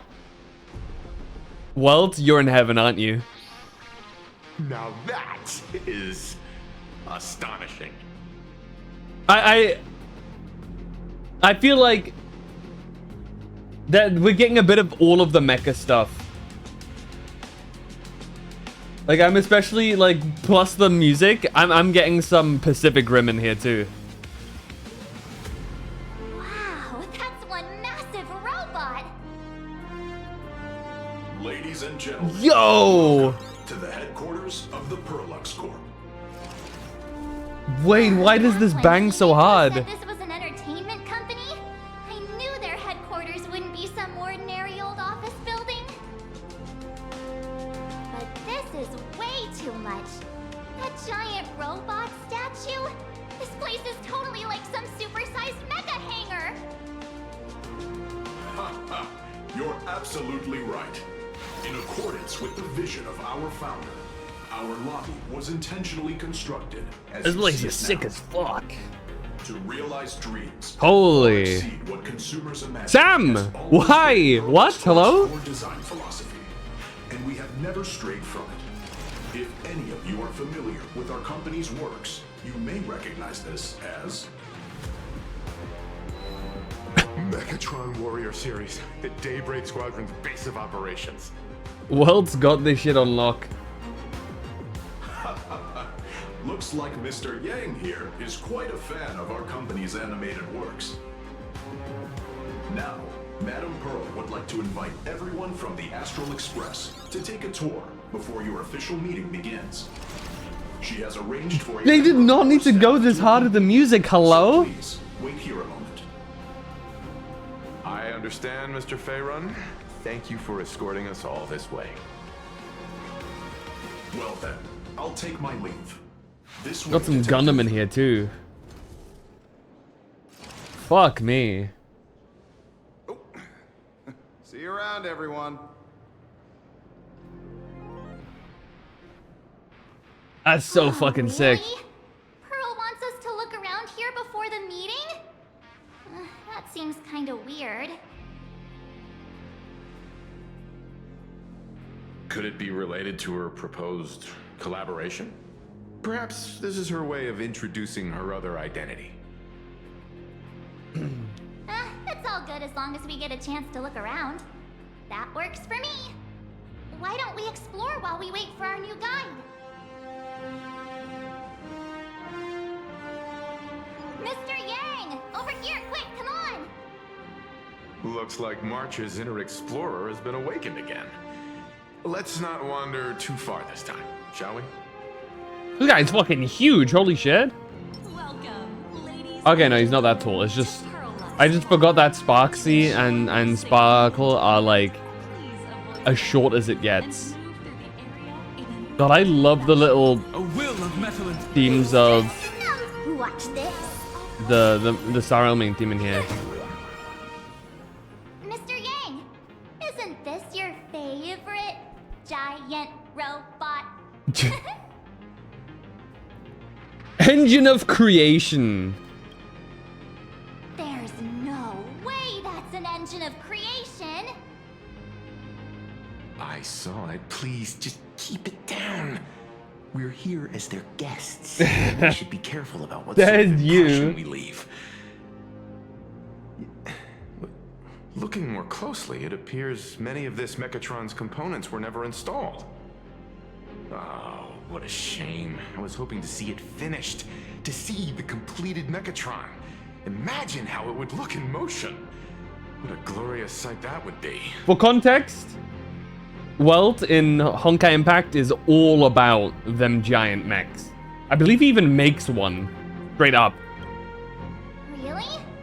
Oh, in that case, Mr. Yang, There you go. let's hear it. Which one's stronger? This giant robot or that Arahato you designed back when you were an animator? Yeah, animator. That's all he Seeing was. as we're on someone else's property, comparing robots from different works would be most disrespectful to the creators themselves. Comparing things is human nature. We can't help ourselves. Yeah, like how Cosmicon Collective players are always obsessed with power scaling all the characters. Power scaling community called out. Arahato is an animation all about robots, while Daybreak Squadron is a live-action hero drama. The two really cannot be compared. And so people will. Oh, what a stereotypically textbook mature answer. My days of being a hot-headed young man are well behind me, so please, cut this mature old man some slack, would you? We don't usually come to a place this cool. So why don't the three of us take a photo under this massive Mechatron? Now we're talking. Let me set the self-timer so we can all get in the shot together. Let's go. Booyah. Oh, standing below a huge Mechatron like this is just incredible. Looks like Mr. Yang's still young at heart after all. Damn right. You gotta get the full thing in there. Perfect. Gotta center it. Boom. Ah! Photobomb. Who's this goofy goober? That guitar is Where did crazy. this extra person in the photo come from? Ghost?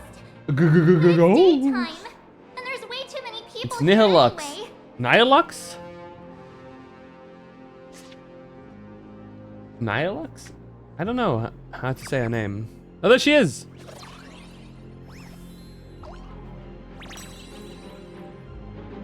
Ghastly. Who is this now? Who are you? Oh, dude, the music, bro. Oh.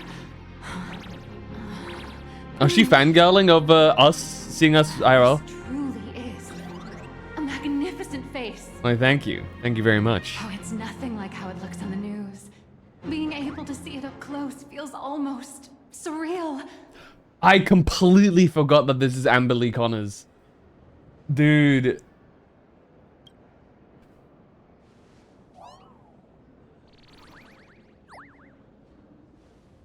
Am I too close? Oh, sorry, my bad. I'm not great with personal space. This is Farina, by the way.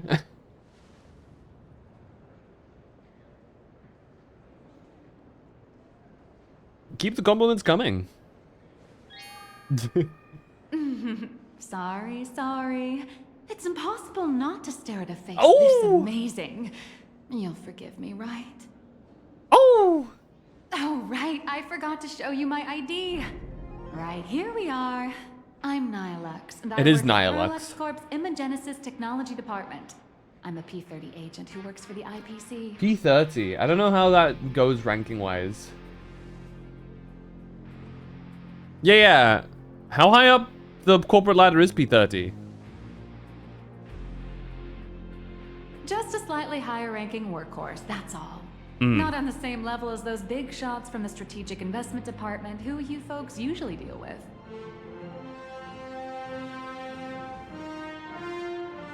So, what brings you here? Madam Pearl sent me to the lobby to pick you up. All of you are famous super cosmic level heroes. Super whose cosmic faces level. Have been all over the news more times than I can count. So of course I recognized you right away and just couldn't help rushing over here to snap a selfie with you. Hope you don't mind. I see. Well, then, hello, Miss Nihilux. Hello everyone. Starting now, I'll be your tour guide, taking you on a comprehensive and in-depth tour to every single must-visit place in this building. From the Mechatron Imagenesis that managed to pique Mr. Yang's interest, to Miss March's favorite fluffy across the blue merchandise, I'll reveal all the secrets behind our hottest products. Oh, seriously? I can't wait! Of course I'm being serious. If there's anything you want to see, learn about, or even get your hands on along the way, anything at all, just let me know. Why don't we head to the gift shop first? I'll get you all some souvenirs. Look at this place. Looks like Optimus Prime. Holy shit. The Super Iron Bull. Okay. Minigun. We're following Mechatron's assembly. Birth alone. Oh shit, it's Bumblebee. The Hornet. Yeah, it's Bumblebee, dude.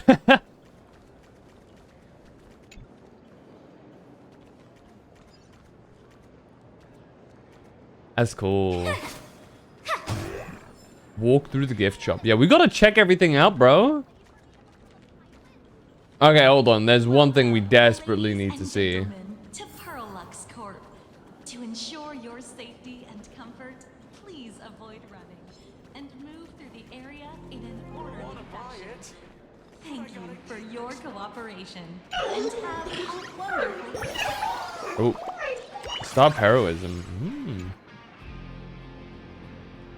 Ladies and gentlemen, feast your eyes on our company's latest masterpiece, the Stellar Hunter Sam statue, faithfully recreated 1-to-1 scale from HD footage.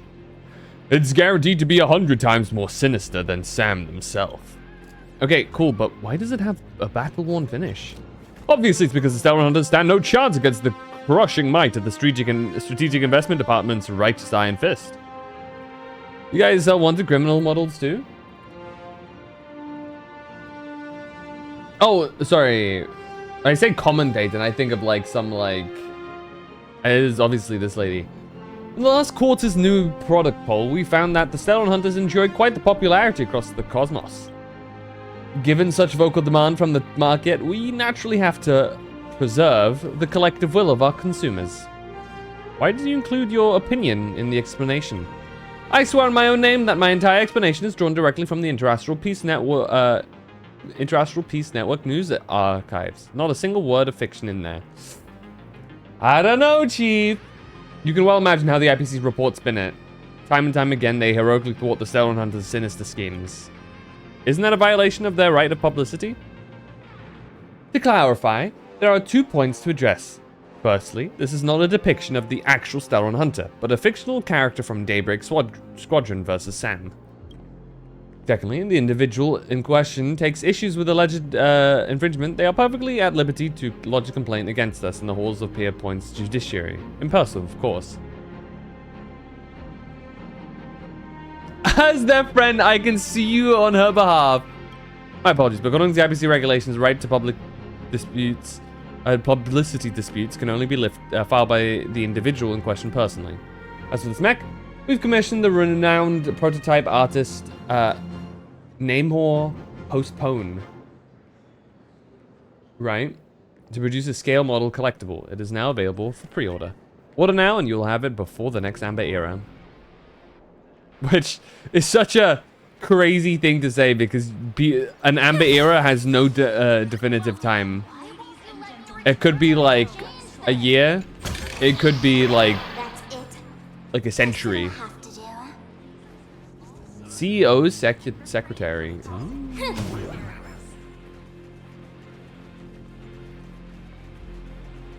What'd you got for us, Well? Hang on a sec. Is there really no way for me to become a... Even devoid of life, this Leviathan leaves visitors awestruck, making them actually aware of just how small they truly are. People forget that these colossal titans were first shaped by such small hands. These were the same hands of the architects who millennia ago had already built creations far beyond this. Driven by the urges to fly farther, run faster, and leap higher, humanity forged extensions of its own form, then conquered peaks, soared into the mountains, and ultimately carried its will into the stars. Seen in this light, the giant they revere is none other than human civilization itself.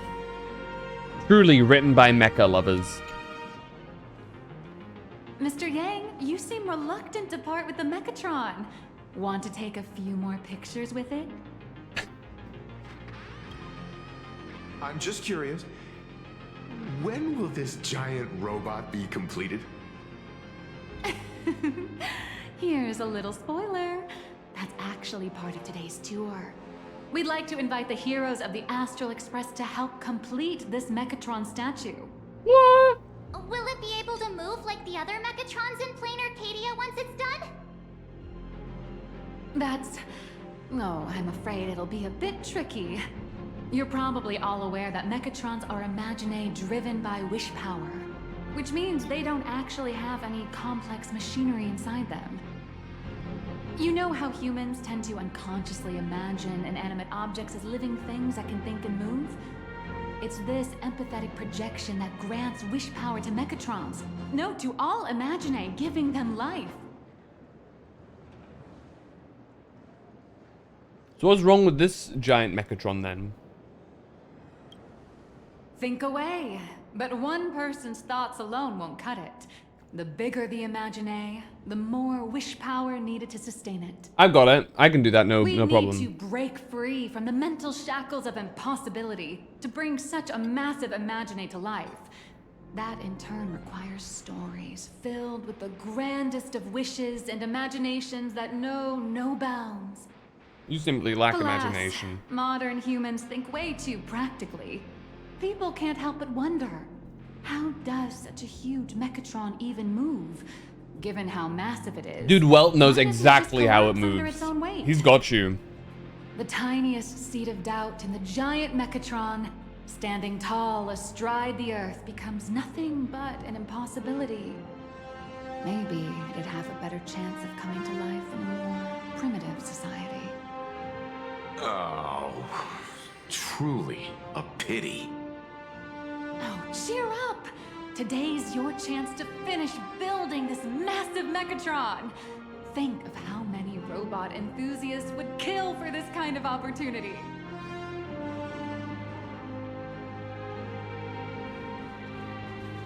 March! Is this guy from... Why is he walking with such swagger? Look at him go. Oh, chest.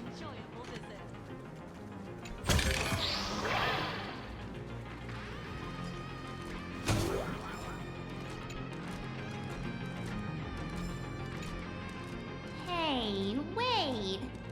This isn't right. Isn't this Pom Pom? It is Pom Pom. What are we doing here? Oh, wow. Oh, that's some really fine craftsmanship. Look at it This groove. is a toy model of Alloy King Pom Pom, which hasn't been officially released to the market yet. But just you wait. You'll see even cooler toys coming up later. Are you sure there's no copyright issue with this thing?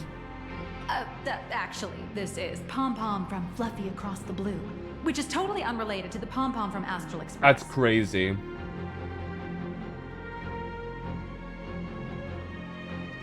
That still means they're related. King Pom Pom and Pom Pom are different characters. You really shouldn't be making cross-franchise comparisons. Ah, but it's not a franchise. It's real life. And it's very clearly made in Pom Pom's likeness. Ergo. Fork over some of the Speaking cash. of souvenirs for the Express, I bet nothing could be more perfect than this toy. You've waived away any legal right you would have upon calling it Pom Pom as well. While having such visual similarity. You can't feign coincidence. Ah! What? speaking of souvenirs for the Express, I bet nothing could be more perfect than this toy. It feels a bit one-sided if I'm the only one giving the gift here. I don't know why that line isn't voiced.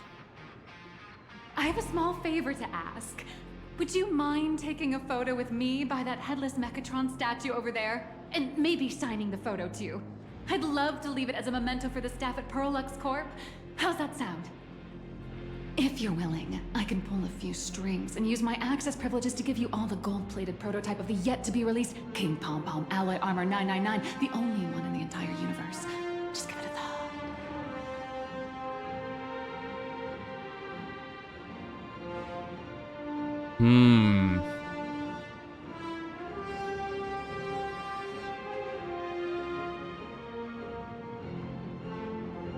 As expected of a P-30 agent. It's nothing, really. When heroes from the Astral Express grace our humble establishment, how could we not offer something special? It would be unworthy of your status otherwise. It's all up to you. I feel like so many characters Come on, in let's Plain go. Arcadia are not what they, like, allege. She's hiding some stuff. And so is, Ashvale.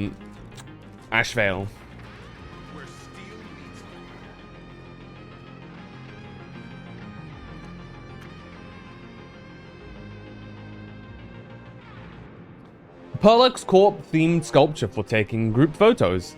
You can go behind the sculpture and place your amazing face in an appropriate spot. Adjust the camera to a suitable angle and you'll look like a Mechatron warrior. Man and Mechatron in perfect harmony. Ready to take a photo?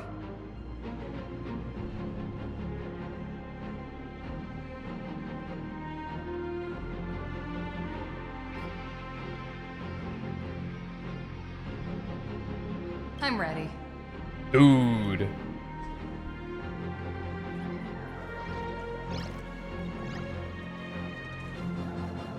I have to... There you go. Oh shit. I gotta align this.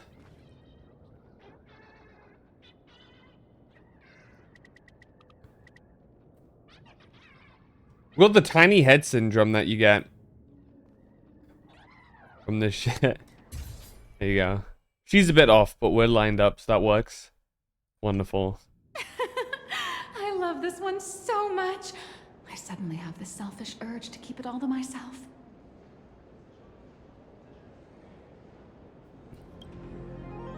And don't forget about that exclusive gift you promised. You bet. In fact, I'll throw in a normal edition for each one of you as hush money. Come on, let's head to checkout.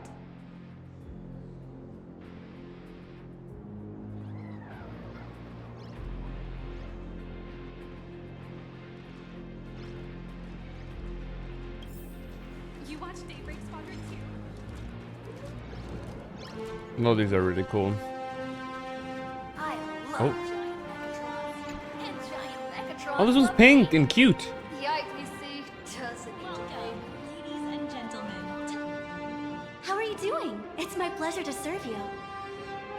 I'd like to present each of our 3 distinguished guests from the Astral Express with an Alloy King pom-pom toy model as a gift. Sure, you got it. For the gift expense record, could you please provide your employee ID?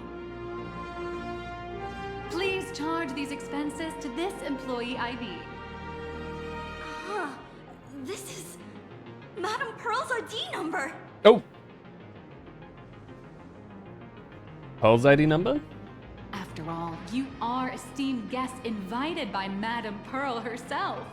It would only be fitting for the gifts to be presented in her name. I see. Please wait a moment. Your Alloy King pom-pom is all packed up. Would you like to take it with you, or shall we use our delivery service? Since we still have the tour to go through, please just have it delivered to the Astral Express. No problem. Hope you enjoy your visit here. Now that the gifts are done, I'll take you to the Mechatron Design Lab. Alright, let's do this. This is the part I've been looking forward to the most. Perlux Corp. To ensure your safety Alright. and comfort, please avoid running and move Watch this. in an orderly fashion. I low-key want to fight. Oh. You're the... Eh? No way! You're Miss Raccoon! No, that's not right. You're oh, from the Astral Express. Wow! And Not the is Miss fans. Mark 20 herself here too? Hi. I actually prefer to be called by my real name, March 7th. This is Mr. Yang. How lucky to meet 3 members of the Express crew at once! I'm a huge fan of you all, especially my senior. I haven't missed a single episode of Fluffy Across the Blue, and I've even bought all the collector's editions. How could this guy say he likes you more than me to my face? Good thing I'm not that petty. Right.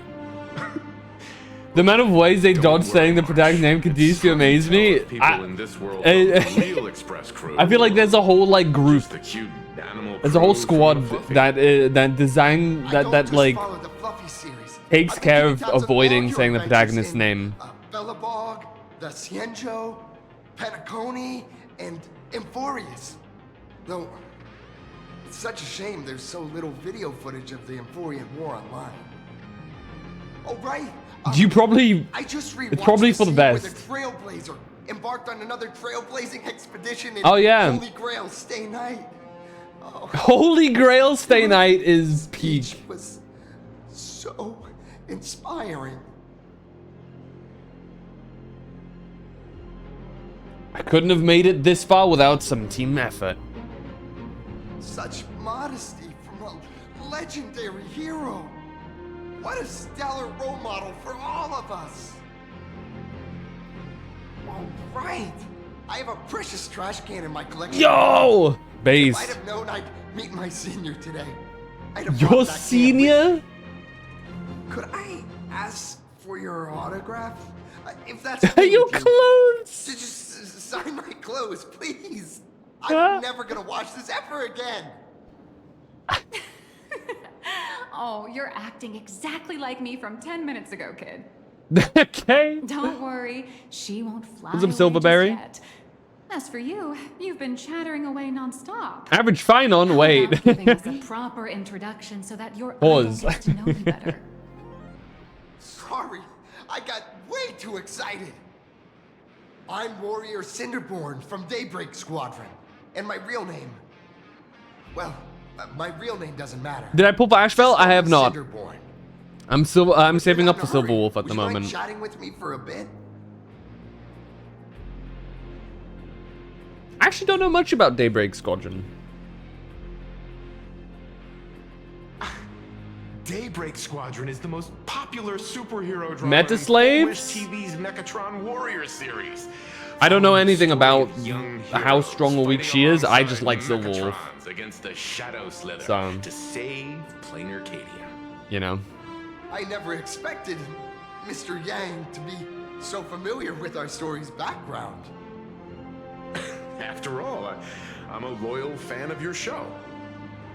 I'm truly honored.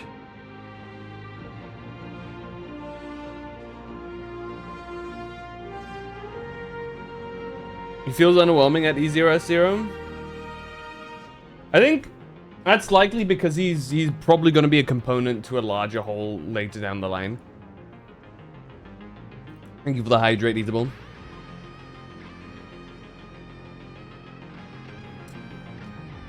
The second person I see that goes for her because you like her. Majority only pull because she's main push. I think the two can still go together. I think a lot of the time they will make a character a main push if they know people already really like them, right? And so Silver Wolf is a whole ass Stellaron Hunter. Stellaron Hunters are really popular. Silver Wolf especially is one of the well-liked characters. Not to mention that she's based off of Bronya as well from Honkai Impact. And Bronya is like the favorite child in Honkai. So it makes sense. What was the lurk hydration? And a head pat. Hold on. I gotta adjust my mic for this one. I keep forgetting how to do it with this. There you go, filters. The new UI. There you go. But no, I'm honestly, I'm really lucky. Most of the characters that I really like end up being pretty good. The only time that this didn't happen was for Varka in Genshin. I am very much a Varka enjoy. He's one of my favorite characters. So I was like, screw it. I'm a brute force him. So I got him to C2. And I'm going to continue pulling all of his supports. I already have all of his current supports. But yeah.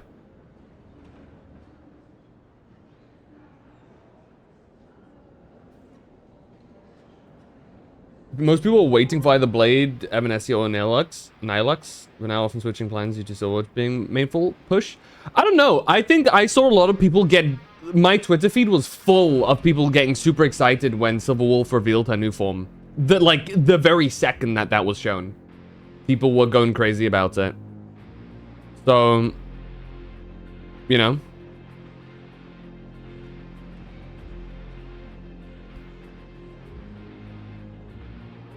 And just because of that, like, I think it's really deceptive. You have to be really careful with what you perceive on like social media stuff, because they'll like tailor make your algorithm to like what you seem to be like looking towards. So if I were to like, I don't know, start looking at posts for a certain character in Star Realm, I'll notice that I'll only get like, I'll get a shit ton of posts for that. It's very easy to like distort the quote-unquote popularity for a lot of things. There's still Caster's chill. I think I'm gonna be honest with Castress. I think it's just they made her team so fucking strong. If you have like all of the Exodia pieces, that it just goes, you know, she'll just be strong no matter what.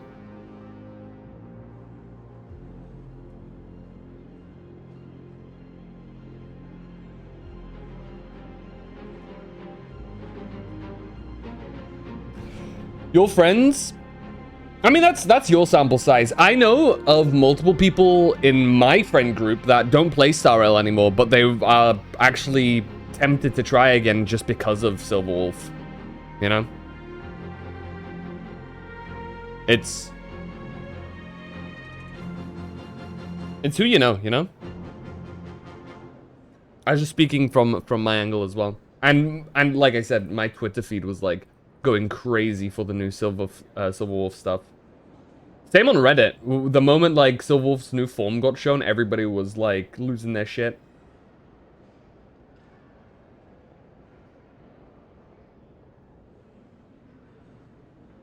The moment she had like the little trailer thing.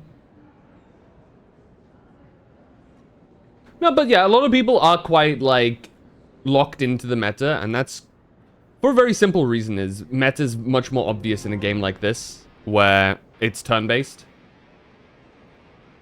And in instances like this, for example, in Genshin, for example, as a comparison, it's far more dynamic on how well you do your rotation and stuff. There's a lot of surprising amount of user input to get like more optimal damage rotations.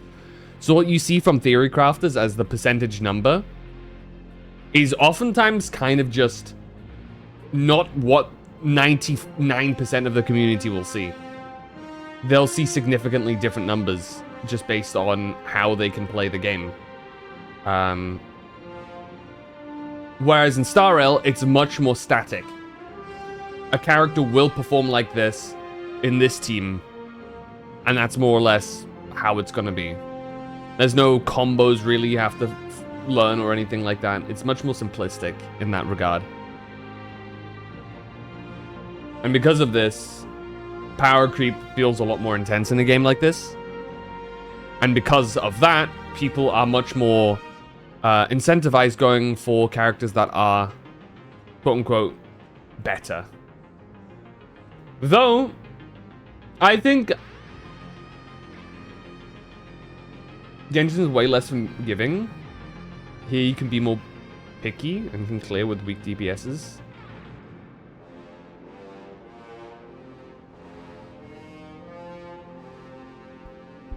I'd say, as a person who's played both since launch, I'd say clearing Genshin's endgame content is a little bit easier than this game. Because I feel like you have a couple of brute forces that still work really well from Genshin. It's gotten much harder recently because of Luna stuff. But generally, if I'm taking the entire lifespan of the game, considering that Genshin's been around for longer than Star Rail has, Genshin is a bit gentler, for sure. So Genshin is, in my opinion, more forgiving than Star Rail. Certainly if you compare them relatively to each other.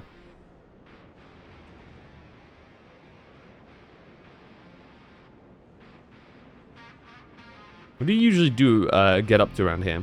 I'm just a small-time actor playing a hero on TV. And like my senior's deeds inspired me, Daybreak Squadron has also motivated people to fight against all challenges in real life. Recently, Cinderborn. Wish TV got approval from the Department of Aberration Defense. So now, the magical Mechatron Daybreak Warriors from the show can operate in reality. My friends and I are just honored to fight alongside the real Bullet Worm. Sorry. I didn't quite understand that. So, are you still an actor or not? How should I put this? My teammates and I are both actors and real master heroes. Whenever disaster strikes the city or evil threatens citizens, we show up alongside Mechatron warriors to protect everyone. Depends on your units. I mean, that goes for both games. Genshin, which are pretty much... Genshin's really... I mean, to be fair, you're saying this about a game where for the first, what was it, 3-4 years, you could clear almost all content with a team of 4 stars. And as much as I love Star Rail, you can't say the same about Star Rail. Right?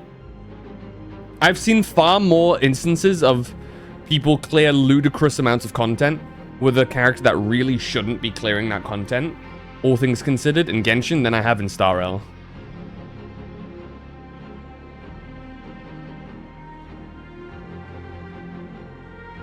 Just because right now, Genshin has started pulling ahead, doesn't invalidate the point that before a lot of the Luna stuff, and to a degree the Night Soul stuff,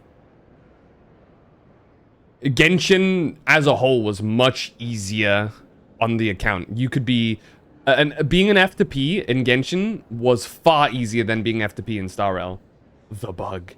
And I can tell this from experience because I know multiple people who quit Star Rail because they felt like they needed to keep pulling meta units. Whereas in Genshin, they're just cruising. Now, if you want to argue that Luna is the Luna shell in Genshin is more aggressive than what Star Rail has right now, that's one's own debate to have. But the point still stands that Genshin's been around for longer, and for more amount of time, Genshin has been kinder to to FTP players. Even if you account for things like a first half of definitely not Dire. It's the one thing that isn't. What's the actual thing called? Stygian. There you go. You can still get all of the Primo Gems that you want from it. Because 4 stars are better than 5 stars in Genshin very often. I mean, not in a very long time. I can't think of a single 4-star that they released recently in Genshin that's like much better than other 5 stars. What I'm saying is the baseline for strength in Genshin is generally much more playable. And I like, for example, like you can still, can you still clear with national team? I don't know. But if you get some 5-star DPS like Ito, Aito, Sino, or Scar, you're gonna use them once a year on endgame modes, maybe. Don't even mention Stygian. I mean, you can still pull through with those characters. It's a lot harder. But I've seen people that still make it work with some of those characters. They're being left behind now, yeah. Especially with the release of first Natlan and then Nodcry. It's gotten a fair bit harder. But, you know. I have so many unplayable 5 stars in Genshin. I can often clear with everyone except Acheron. Who's everyone? I don't know. I feel like I've seen a lot more people complain about not being able to clear with other characters. You know? You're playing with Jing Yuan, E0, S0? What's his team for that, though?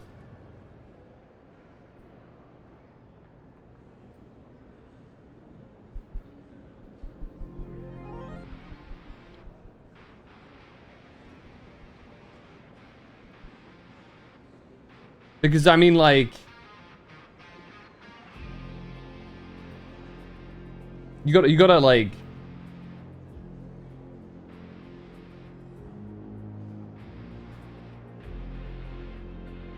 You can, in this game, wheelchair really fucking hard. With certain combos. Like each end game mode reset, but each second one, we're really able to play Ito once a year. I don't know. I've seen some people. I know some people who are clearing without too much issue with Ito.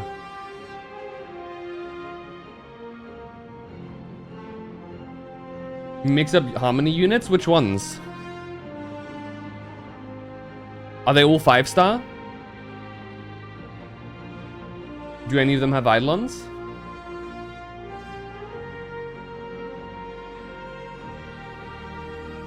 You have all harmony units?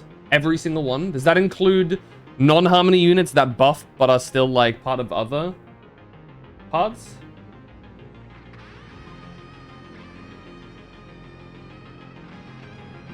Because I'd personally say that a lot of support units in Star Rail are just very strong. For example, there are, before Nodcry, again, disclaimer, you could play through a lot of teams in Genshin with a 5-star main DPS and then some easier to get other units. Certainly in my experience.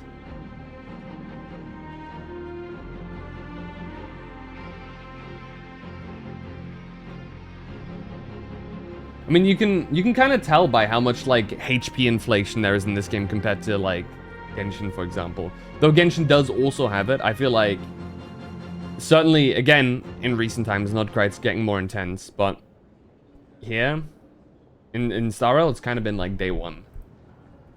Low-key. I don't know. I've usually had I put way more effort in Star Rail than I do in Genshin. Though I've played Genshin for longer.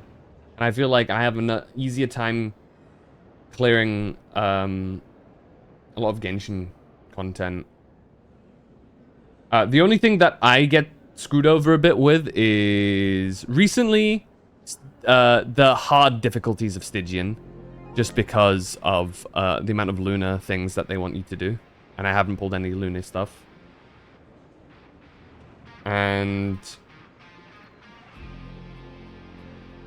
the harder game, or the harder versions of what's the other game mode called? The non-abyss one. Imaginarium Theater, that's one. Because I usually vertically invest in Genshin, meaning that I haven't built a lot of my base stuff.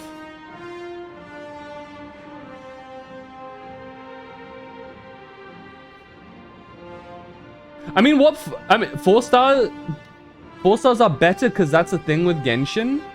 Wait, you want 5-star DPS to be able to clear, then release a 4-star you should be playing instead. What DPS 4 stars are like better than 5 stars in Genshin?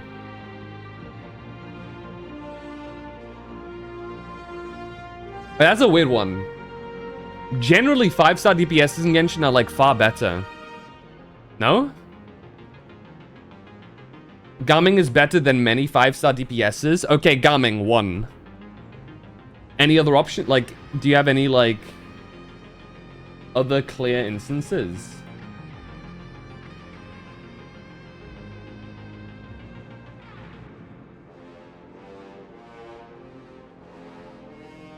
Other, like, I mean, you have the base release ones, but everybody has them, like, maxed out. You don't even have to get them. You have the holy trinity of... But, like, none of them are really main DPSs, though.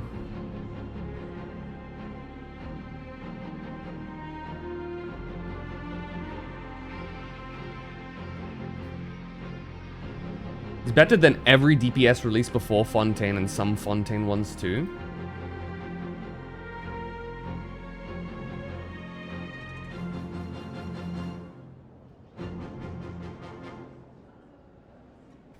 If you're not able to clear with those old DPSs, you hear just use Gaming. I mean, it's... I've honestly never had any real trouble. I've never even used Gaming personally, but I think mine's very barely built. But like, I don't know. I think you say Gaming, but you say like as if 4 stars as a whole are just better than 5 stars for a lot of Genshin characters. I'm hearing Gaming, but I think that's honestly that's a good thing, no? Because that gives a lot of free-to-play players a character that they can use. Because odds are you might at some point grab a Gaming. I think it's better to occasionally have a 4-star that's really good, no?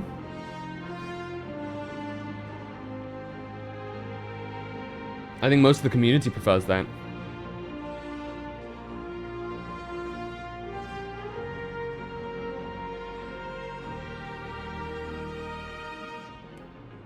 You forgot about Scott? Kilos! Yeah, did that... I still think something's up with that. I don't trust it.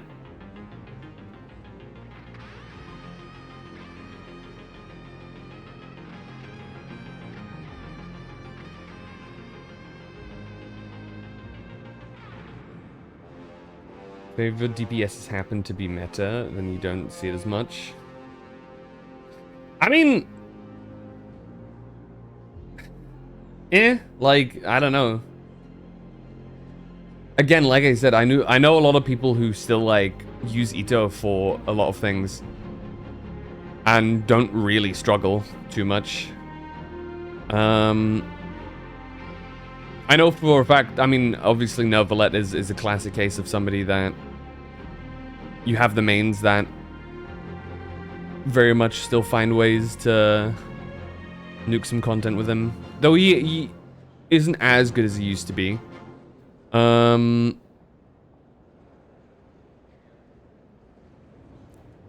Hell, I mean, you got people who are like rocking shit with D-Luke as well still. I've seen a bunch of D-Luke clears, especially if you have Shenyun as a support, which is basically that's fair, right? Because you do the same in Star Rail, you get the ideal best supports, and you can make a lot of characters work.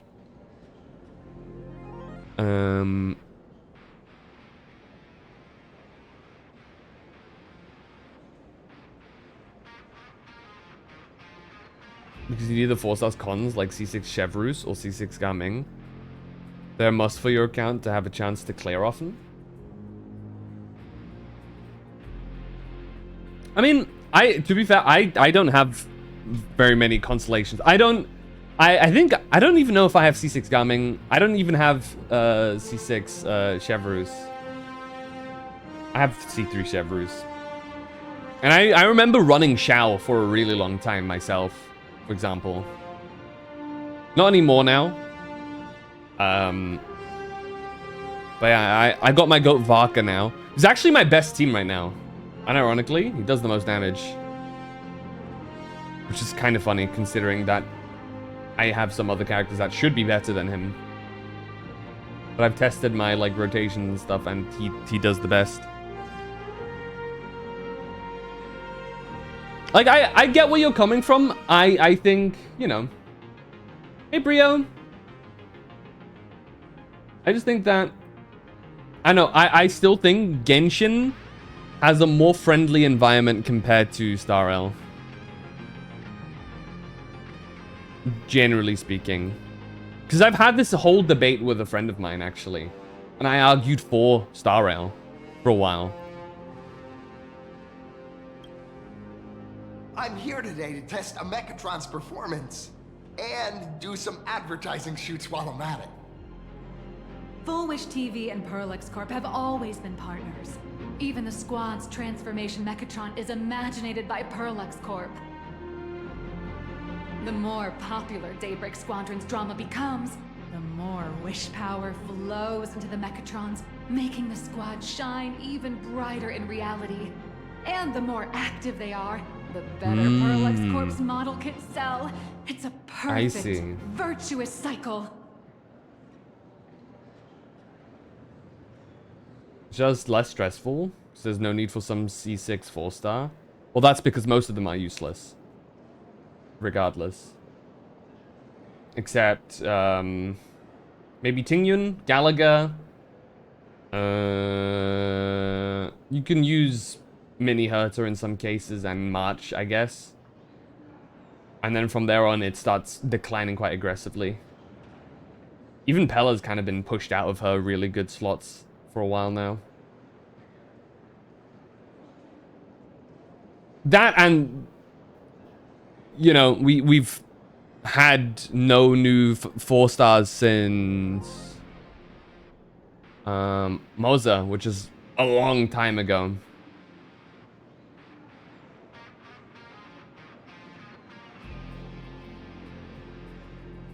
You get free meta 5-star units. Those the recent ones that we've gotten are pretty good. Yeah. They say meta. There's one choice that's meta from the selector, really. Archer's very nice. Specifically for only one game mode, though. He kind of sucks ass if you try and put him to, like, pure fiction.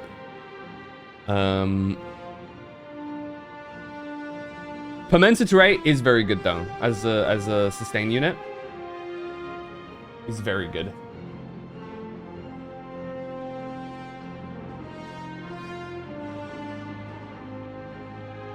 I think it's just Star Rail is one of those games that it's very easy not to feel behind on if you're caught up. But if you're behind, it's rough.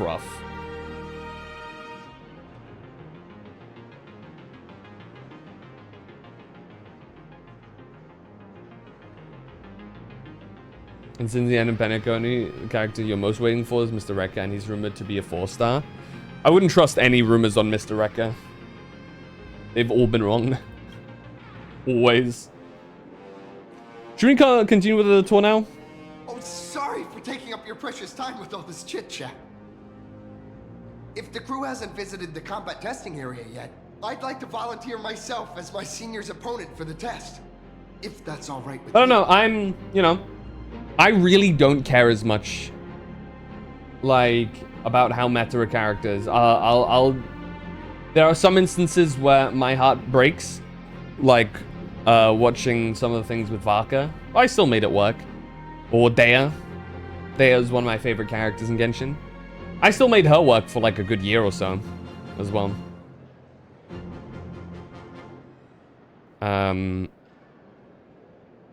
You know.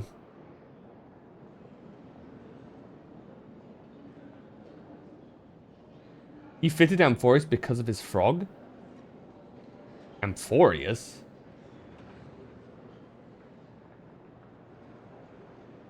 I don't see Amphoreus. He fits playing Arcadia.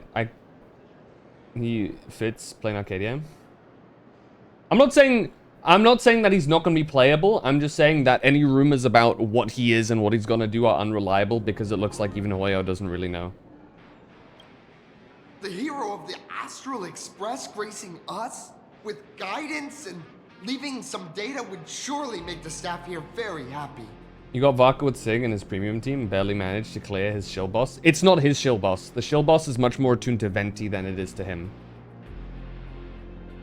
He doesn't actually have, Varka doesn't have a shill boss.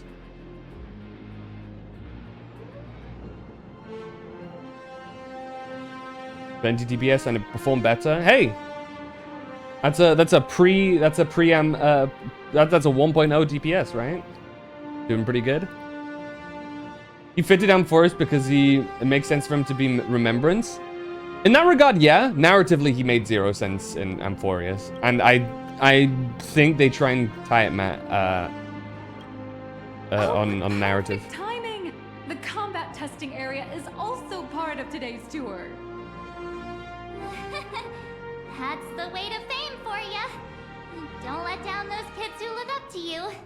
See, honestly, that's my weakness. I can't allow myself to let adorable kids down. My go-to is always if there's a character I like, I vertically invest in them. People don't like hearing this, but that's honestly the answer. If there is a character you want to work no matter what, you can vertically invest in them. You just gotta save up. If you pull for every single character, then the game is gonna play completely differently compared to if you like, you know, I want to make this character work. It's what I did with a lot of characters that I like. First, have everyone take Now in part Genshin, the it's maybe not Assembly as good of a shout, Megatron largely control because of Theater Mechanicus, but you know. Then, using this Mechatron as a template, we'll build a smaller unit for her so she can try out the combat test program. So, follow me, everyone. Ooh. Ew! How can I help you? This is awful. I hate that. Wait, it's me! Your boss been a while, so what do you think? Any improvements for my imitation? Wait, how do I become an exhibit? Which Febble was it that liked to imitate me again? Perflecto.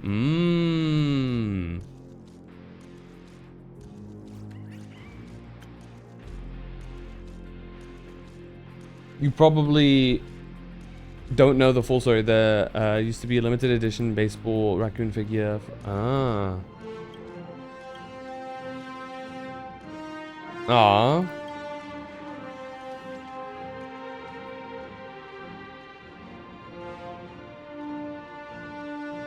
You're completely out of my character.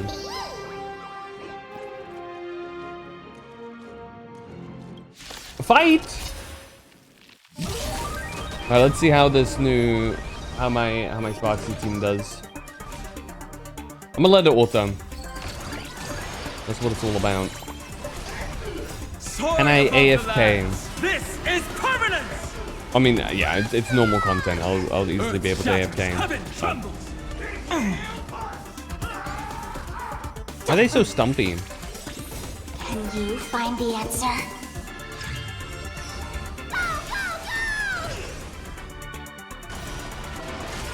Oh, they stun. That sucks.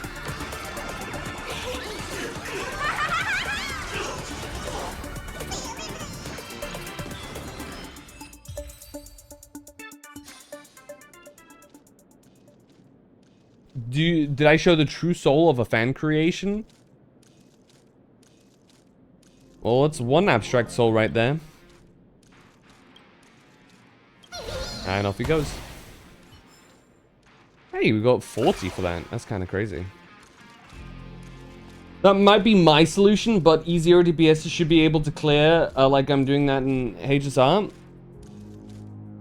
I mean, I still think you can low-key clear a lot of things with E0s in Genshin. Because that's, you know, what I did for a while, even with characters that are not as nice. My Xiao's been E0 since, or C0 since release, so was my Ito. And my Ito managed for a long time. You know.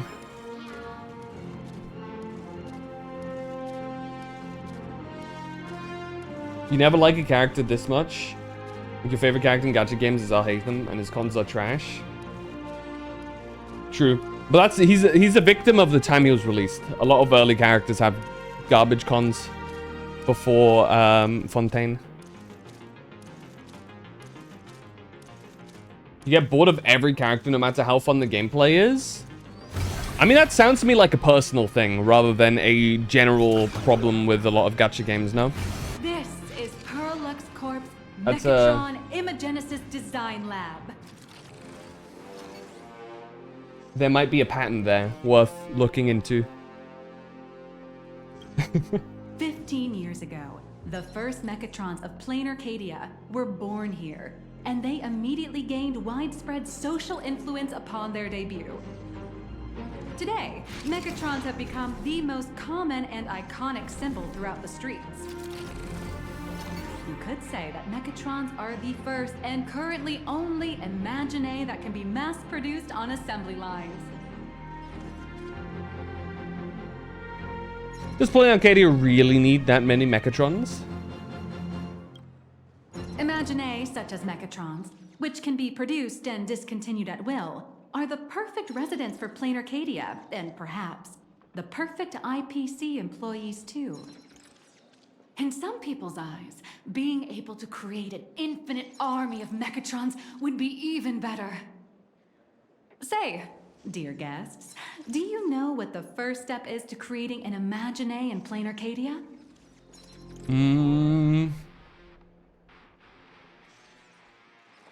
Submitting an application to the Department of Arbitration Defense? Aberration Defense? Well, in a way, that answer isn't exactly wrong. But just like how human laws can't control wind and rain, an average of 220,000 unauthorized Imagine come into existence each year through humanity's intentional or unintentional creation. And the Department of Aberration Defense can only turn a blind eye. Drawing the physical form means humans using brushes to give shape to fictional beings, which was originally the domain of professional artists. But here, collective creation and standardized Mechatron blueprints have replaced traditional artwork, improving standardized workflow efficiency. You still have that? Was it Windows XP? In short, this is Wait, the older than maybe. industrial revolution everyone's been chasing.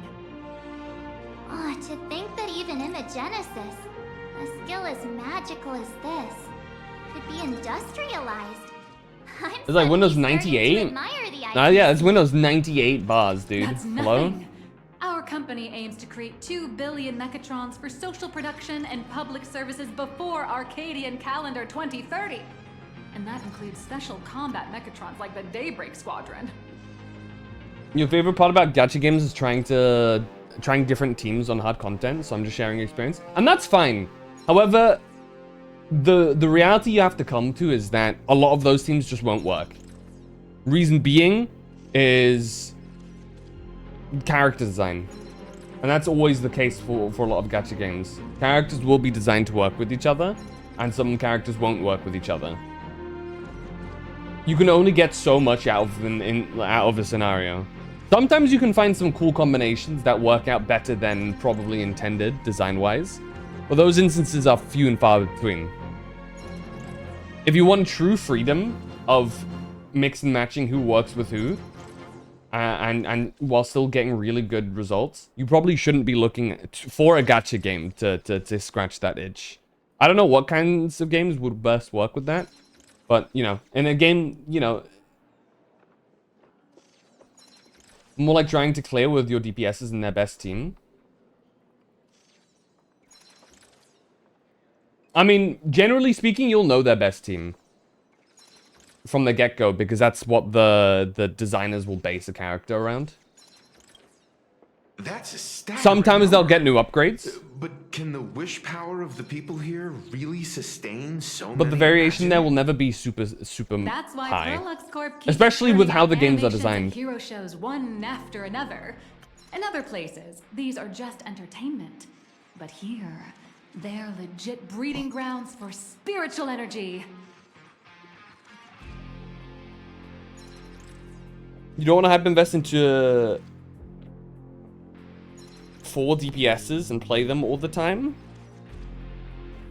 I mean, the ideal, like, I think what they really want you to do is have at least 3 good teams, well invested teams, and then you can kind of cycle them through different content. Jing Yuan and Danheng and Baiba to Lune were released back when Sumeru was released.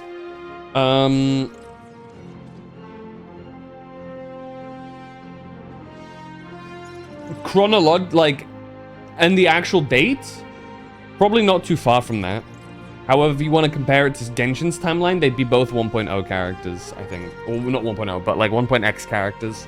Well, Jing Yuan would be 1.0. Shall serve Madame Pearl's grand goals and ideals. All right, back to square one. First step, let's go print the Mechatron structure blueprint. I don't have the exact timeline in my head, but Sumeru was 3.0. So I think it's roughly maybe right during the Sumeru time. Though probably would have been just before Fontaine. Well, no, I say just before, but like on the way to Fontaine. Okay.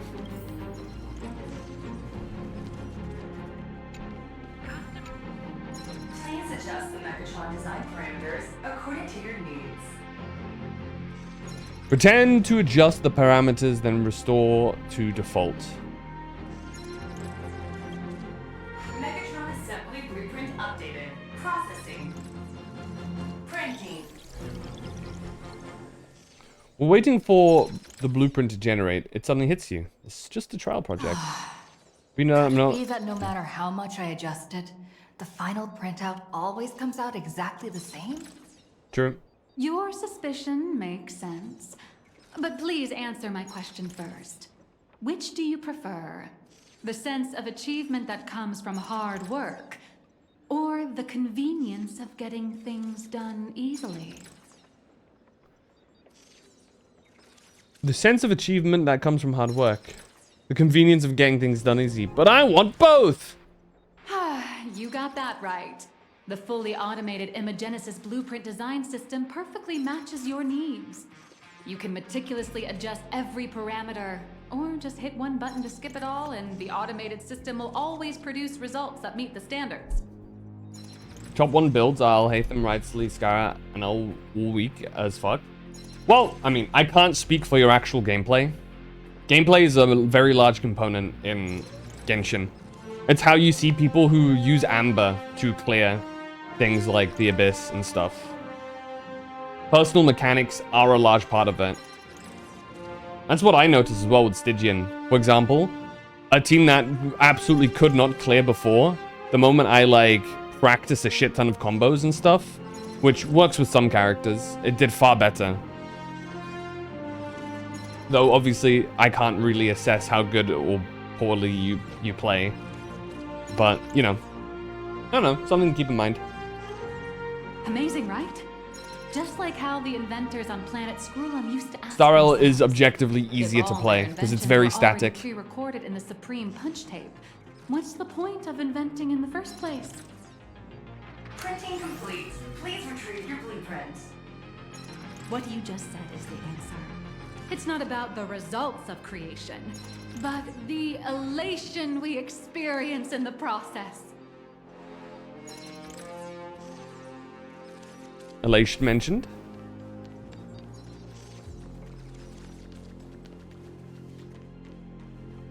Oh, hello. Oh, you're a Please mobile show me player? your Well, that Megatron probably assembly explains a lot. Generally speaking. I feel like you're gonna have a much harder time to perfectly do things.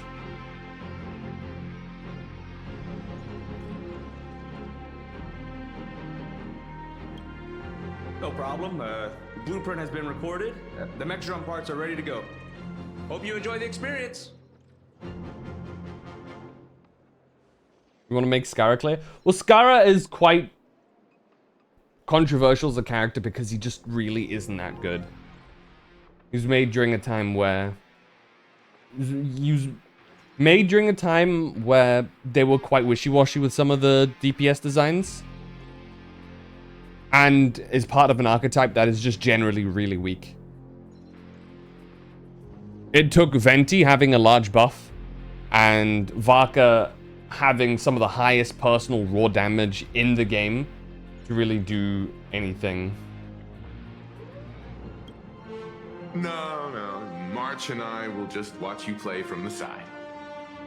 Now then, please follow my guidance to complete the Megatron assembly. This experience mainly involves assembling 3 parts. You'd never be able to... and that's what I'm saying, the shoulder right? That's, armor, you know... And the Daybreak blade on the back of the Megatron. Go, I've never little played on... raccoon. Assemble the Magico Megatron Daybreak Warriors. Yo! Save our city. Okay, I'm getting too distracted from All the right, story. everyone. I'm heading I need out. to lock in.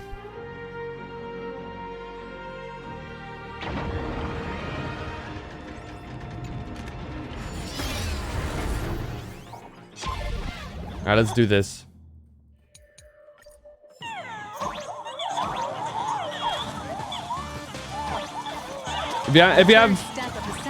If one has complaints about Starrel or Genshin, go to their respective, like, Nippers, hobby knife, what's it called? sandpaper, Subreddits where everybody complains about them doesn't and provide the any meta and whatnot. But I'm happy playing. I'm really happy playing both. I have no actual issues here. just step on it bravely. That is all. I'm just a little guy that has fun playing these games. It may look brutal, but it leaves no burrs. And that's the magic that we at Parallax Corp are so proud of. Hold down, jump, fast. Wait. Fast through platforms. I pressed this already. Oh, I just dropped down. Oops. I was overthinking it.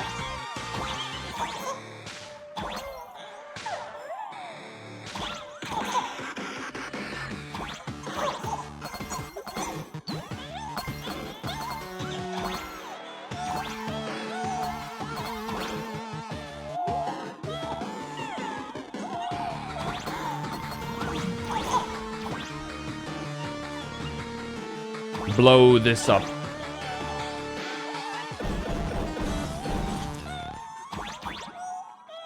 Wait, we can go up here too, though.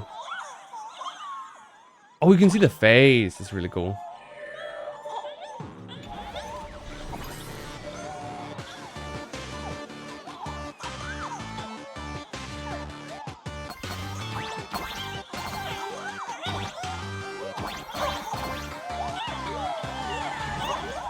Oh, what the fuck?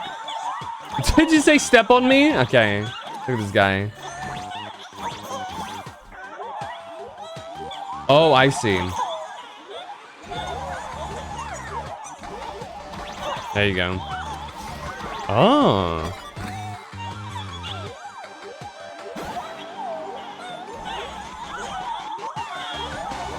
That's a pretty interesting mechanic.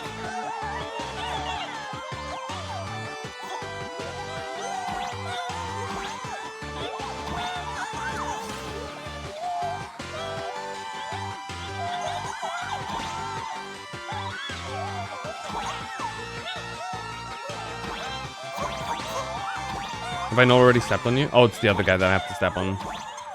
There you go. Next, please activate the mechanical maintenance arm and align it with the shoulder joint base to connect the arm. Oh, it still needs this pauldron though. It needs more. We're done with the arm for now. For now, okay. Next, activate the mobile maintenance rack and adjust the mech armor to the shoulder armor panel position. What the fuck? Oh, it's raining. Golden shower? Wait.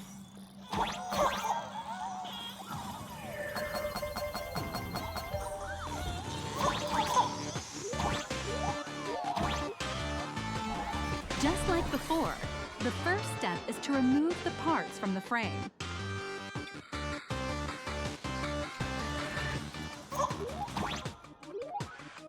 Artificial gravity field adjusting. Please exercise caution. Oh. Okay, wait, I can grab this. There you go.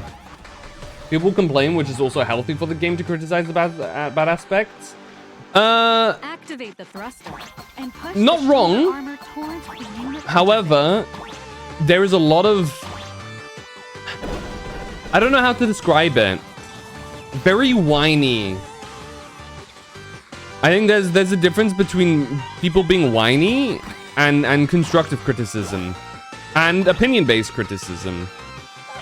For example, the game would look very different between somebody who enjoys a lot of the main push characters and somebody who doesn't. Beautiful. Absolutely beautiful. This giant Mechatron is truly the soul of Burlux Corp. And I think a lot of people get really lost in the source being negative about a game.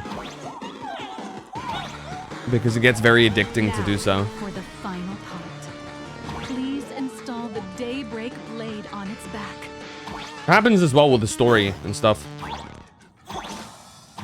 Oh, we have to keep hitting it. Point on the back and fire.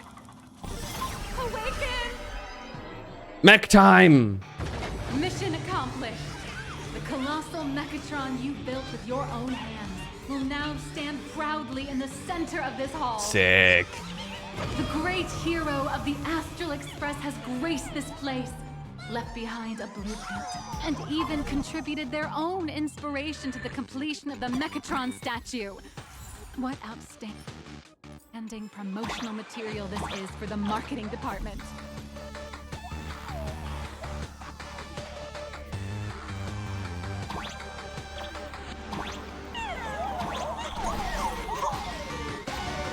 Are we like getting ready to enter? A new hero is born right here. Step forth, Miss Little Raccoon. Yo, it's got like a rainbow heart? That's sick as fuck. Oh, prismatic. Powerful wish power supply entity detected. Oh, I'm an entity? Initiating link. What the hell?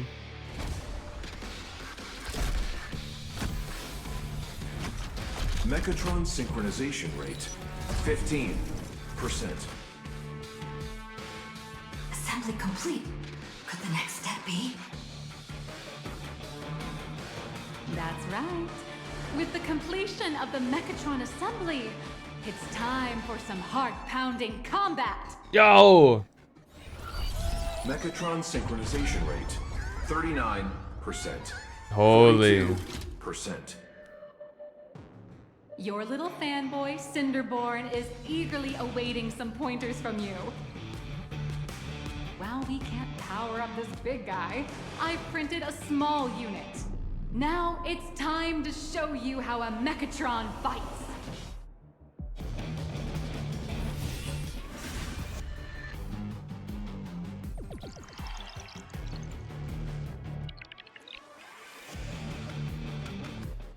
I merged with the Mechatron?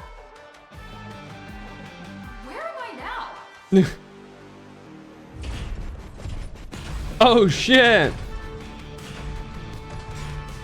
A big T-Rex. Why, of course. It's the combat testing sandbox. Look, those dazzling colors are like an express train Yo! stars. Okay, that's pretty sick actually. What the hell? What a powerful strike! That's our hero, Little Raccoon! Oh shit, you can just What? Our hero got blocked by an illegal building! you can just bust down the What are you doing? city. What are you doing? Smash it to pieces, hero! Just focus on dealing with the city's crisis and let Madame Pearl worry about the compensation. True. I gotta break all of the city now. There we go. This is sick as fuck. Dimension City has made it through the worst of it. Do we press on?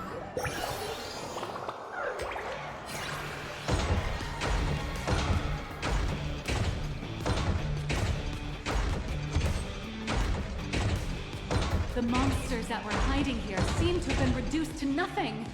It's a really cool looking mech too.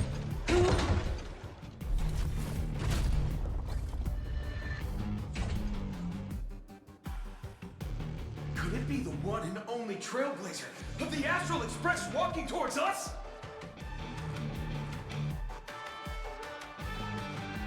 That's right. Please call me Galactic Baseballer. Galactic Baseballer! We've been expecting. Although the giant shadow crisis in Dimension City has been dispelled, the real battle for you and the Daybreak Squadron is only just beginning. As the old and new generations of superheroes, you will face off here to determine the victor! You guys think they're gonna merge? Forged by raging fire, burn away the darkness, the star that set the world ablaze! Blaze Weaver! This is so peak. Slice through the skies, flames of lightning! From the blue heavens descend, Azurling! Ka! Shatter the eternal night, light blazing bright, the radiant bow of hope, Dawn Lance! Of course. Through despair, unyielding blade of steel, edge that never fades. Edge, of course. You can do it, friend. Darkness wanes, and dawn awakens! The Daybreak Squadron arises! Ah.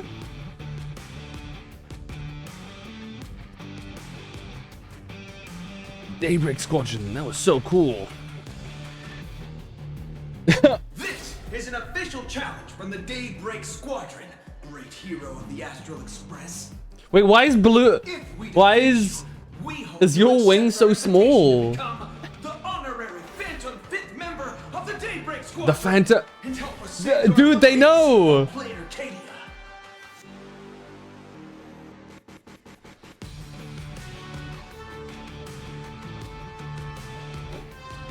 Don't worry, I won't lose. Ha ha! I admire your confidence. Hey, Bro, we got a short king over here. Tell your hero, now's your perfect chance.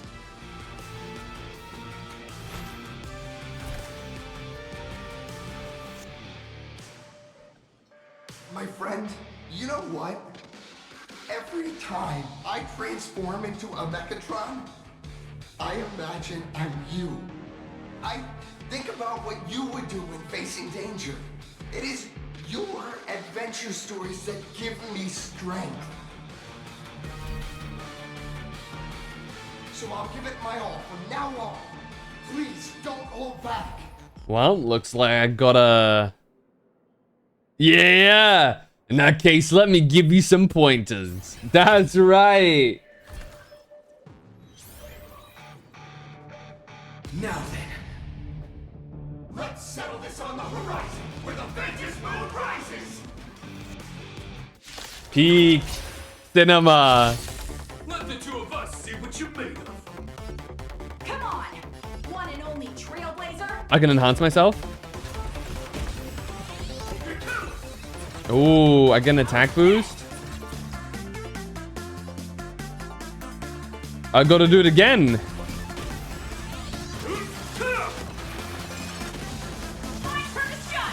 Okay, now we'll max stacks. Boom! Holy shit. I shall bring judgment! It's your turn!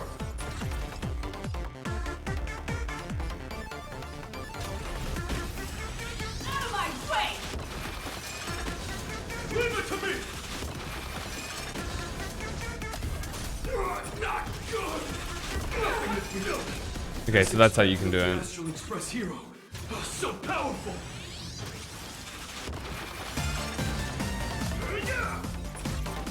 We keep getting like ramping damage. Oh, he's so close to death. There you go. Boss, Gray, I'll leave the rest to you. The honor is mine to cross blades with you. As heroes, we'll never back down! Okay, gotta tank this shit.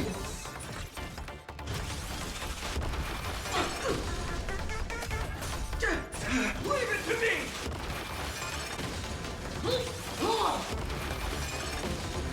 Oh, I'm ramping up to my ult. We'll unite as one for justice! Never surrender! Doesn't hurt. This strike contains all my respect. Yo! What? Even the invincible little raccoon is reaching her limits? Listen, those are the people's wishes.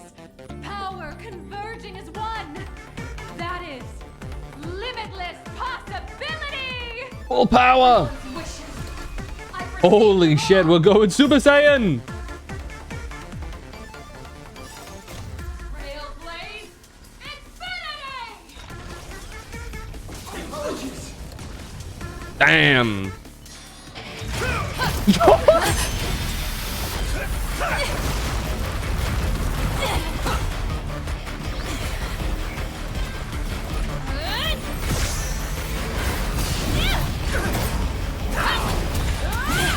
Holy moly. Holy shit. We're fucking schooling them, dude.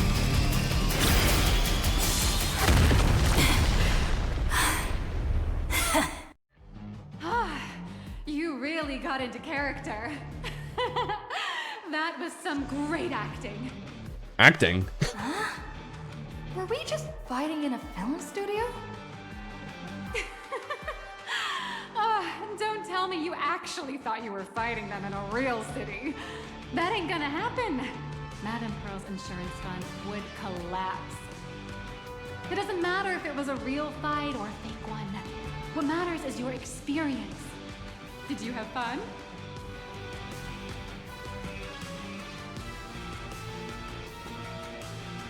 Heck yeah. I wish I could go for another round. The user gave us a 5-star review. Thank you for your kind feedback. Your satisfaction and approval are our greatest motivators. Looks like the Daybreak Squadron is waiting for you. You gave them quite a combat lesson, it appears. Why don't you go share a few words with those youngsters?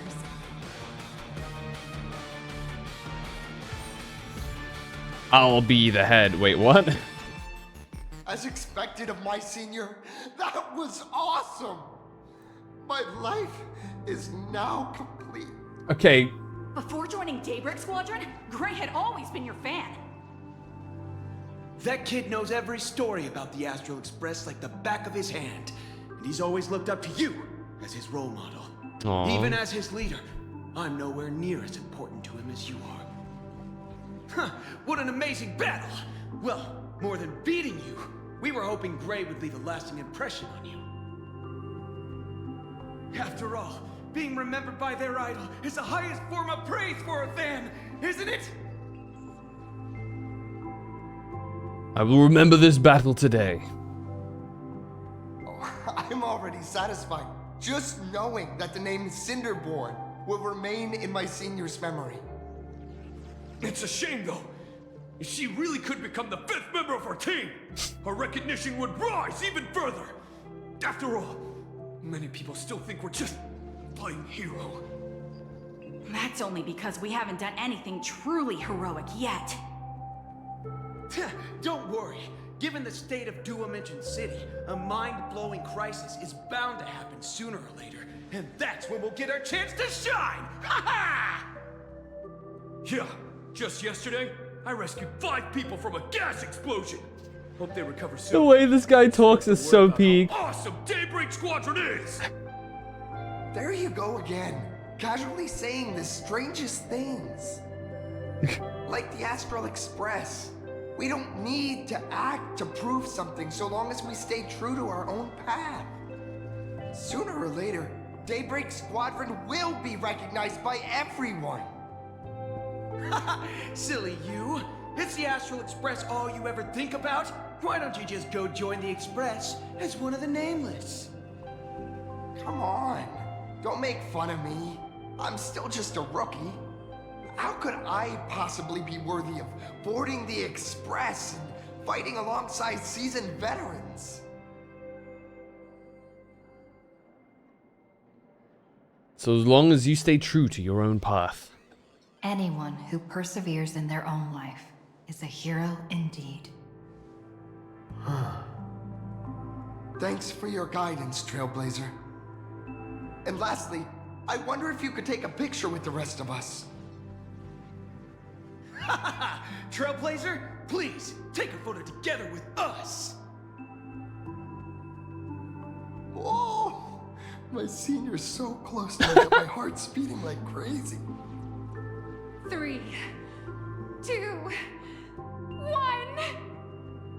Darkness wanes and dawn awakens. The Daybreak Squadron arises.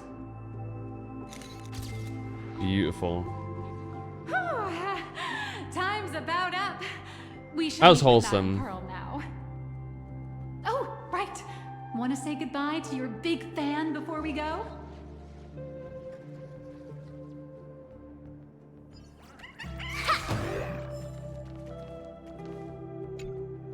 Blue, yellow, you guys were amazing back there. If we record this for promo material, we'll definitely get a ton of new followers. If only we could have beaten the Nameless. We were actually so close during that Megatron fight. What are you talking about? There's no way we could have beaten the Trailblazer. Truth. Well, it's not entirely impossible, I'd say. Ever since I converted, I feel like both my mind and body have become so much lighter. Gray, you really should join us and do the same. Gray, being a masked hero means facing all kinds of dangers. You definitely feel pretty bad if you couldn't contribute your strength to the team when we needed you the most. Oh, looks like your idol's here to see you. We'll wait for you backstage. Gray. Senior? You good? Me? I'm fine. Totally fine. It was no surprise that you took us down without breaking a sweat. It's me. I'm just too weak. I'm always hesitant, whether in combat or dealing with life. Even though I know I can never become an amazing hero like you, I've always been trying my best to get closer to being like you. It's a bit embarrassing to admit, but no one ever taught me the principles of how to live and behave growing up. I dropped out of high school pretty early and started hanging out with street gangs. Every time I threw a punch to intimidate someone, I thought I was being a hero. But when I saw how scared those people were, I had this nagging feeling that maybe I was doing something wrong. Later, when I read about the Astral Express story online, and learned about your legendary deeds, I finally understood what it meant to be a true hero. Looking back at how immature and awful I was, I made up my mind to leave my old organization. Now I too have a chance to become a hero like you. Together, with my brothers and sisters in the Daybreak Squadron, I can bring happy smiles to the residents of Plain Arcadia and protect them whenever danger appears. But I'm just too weak. I don't have the immense strength like the Express Nameless. I don't even have any special talents. Maybe I've chosen a path that doesn't really work for me.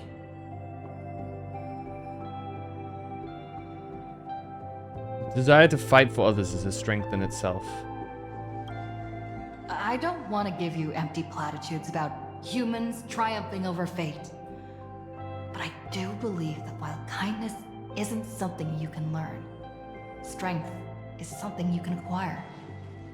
Your desire to fight for those around you, and your wish to bring smiles to others, that's your greatest strength. Thank you, Trailblazer. Thanks for listening to my ramblings. I really... Let me give you my autograph. Could you please sign that famous line? Rules are meant to be broken? That's the one. That's exactly it. Rules are boundaries.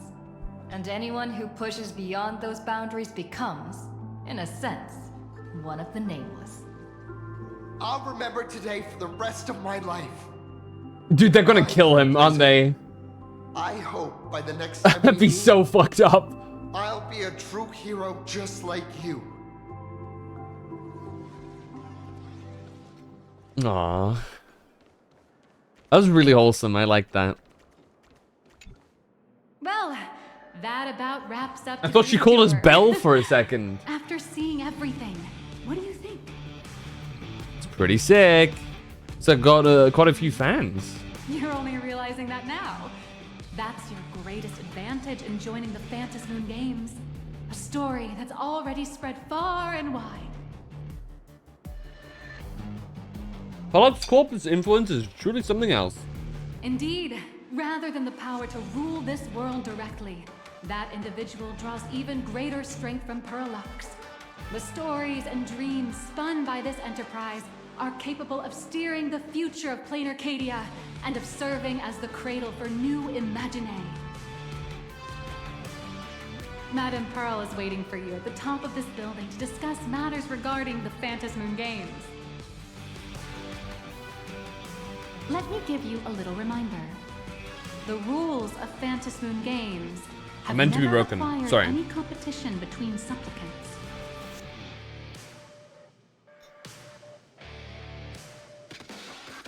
Yeah, you seem to be well versed in this. As an IPC employee, I've said far too much. Your friends are waiting for you in the hall. You should go meet up with them. Don't keep them waiting too long.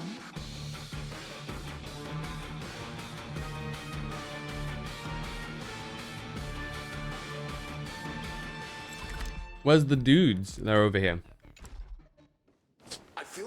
That was really sick. I really like when they let Trailblazer be who they are. Like, it's quite common that they're, like, obviously, the Traveler in Genshin also is, like well-renowned and stuff. But it's very rare to have people, like, be, like, genuinely like, damn, I followed all your shit, like... Over here! Over here! I'm your biggest fan or something. And it's cool to see that in Star L. Oh, I did not realize that was an enemy. Mainly, I don't know. It kind of like... Earth shatters, heaven trembles. Why does it slow down? There you go. Feeling spiffy?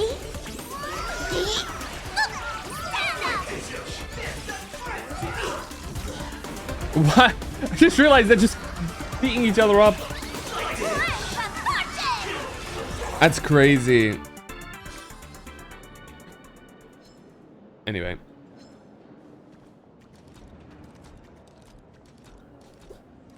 Because surely there... Hold on, let me catch up a little bit. Because I was locked in.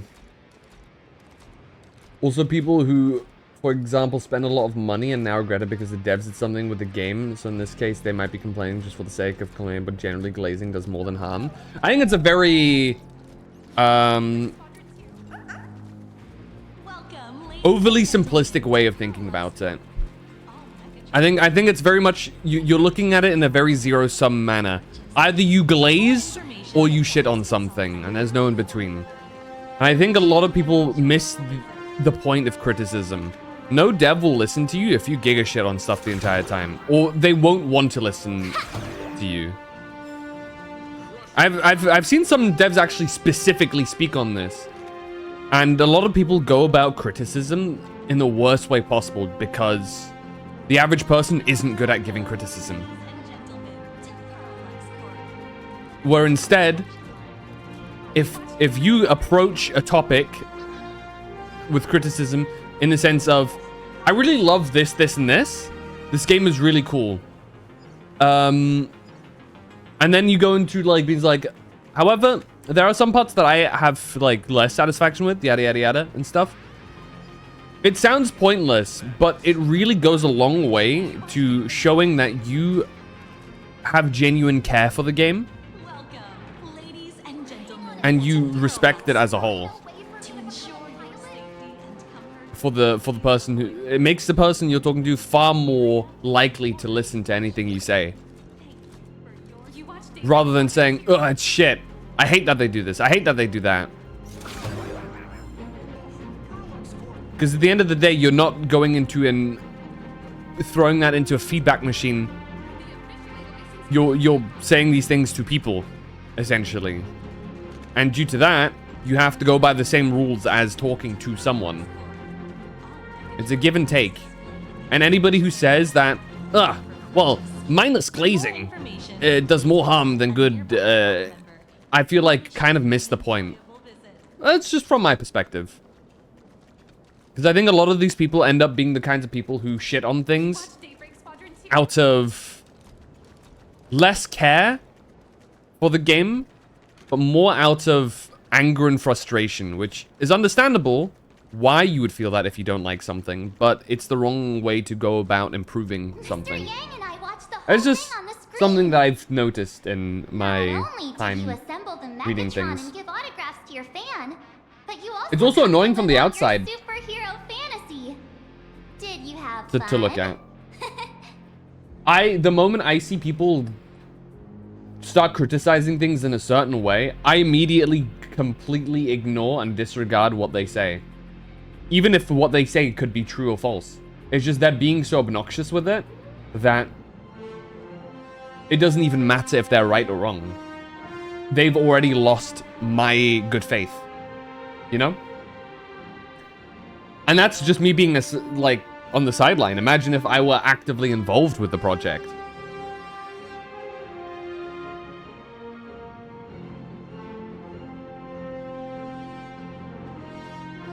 Hey Sid, thank you for the daily check-in. I appreciate the luck, man.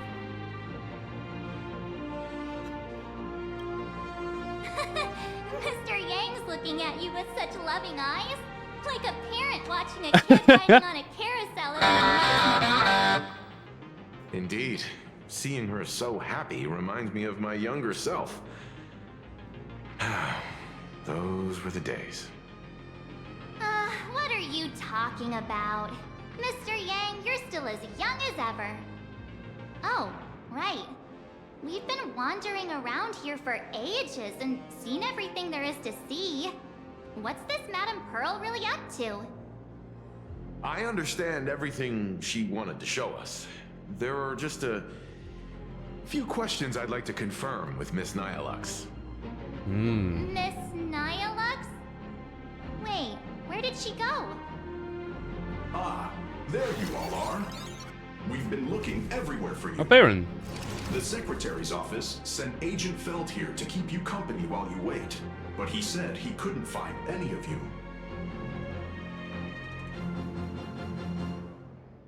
Just as I thought, that woman seems pretty suspicious.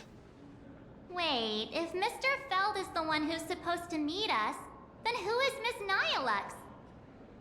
Miss Nihilux? Mm-hmm. Who?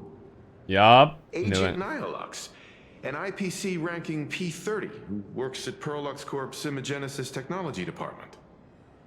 P30? Imagenesis Technology Department? Since when did Perlux Corp have an Imagenesis Technology Department? Could she be some kind of corporate spy who snuck into the building? Oh, this is a real mess. What are those security guards even doing? I knew it. Distinguished guests, are you hurt? Or did she trick you into giving her money or anything like that? No. Not at all. I can't believe she lied to me. I'm hurt. I gave her an autograph photo. No, not at all. This lady's She's actually chill. totally legit. She smoothly guided us around the place like a pro. I thought she was one of your people. I need to report this to security right away.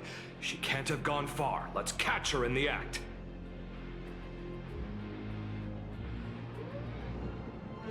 Thank you for your help. Astral Express crew, Madame Pearl has been waiting for quite some time. If it's convenient, shall we head out now? I'll show you the way. Please inform Madame Pearl that the 3 guests from the Express will arrive shortly. It is fully assembled too, thanks to us. Is there like a different dialogue now that it's fully assembled? For your safety, please observe all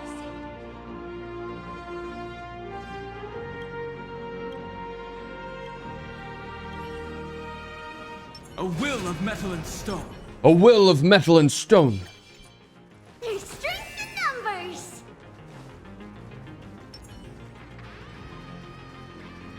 Whoa, look at all these guys. All right, let's go take a look. Pearl demonstrated the full process of creating a Mechatron army, based on what I saw.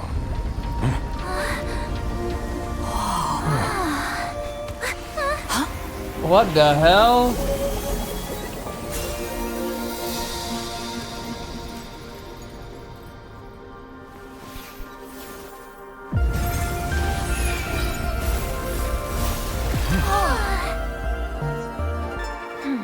There she is.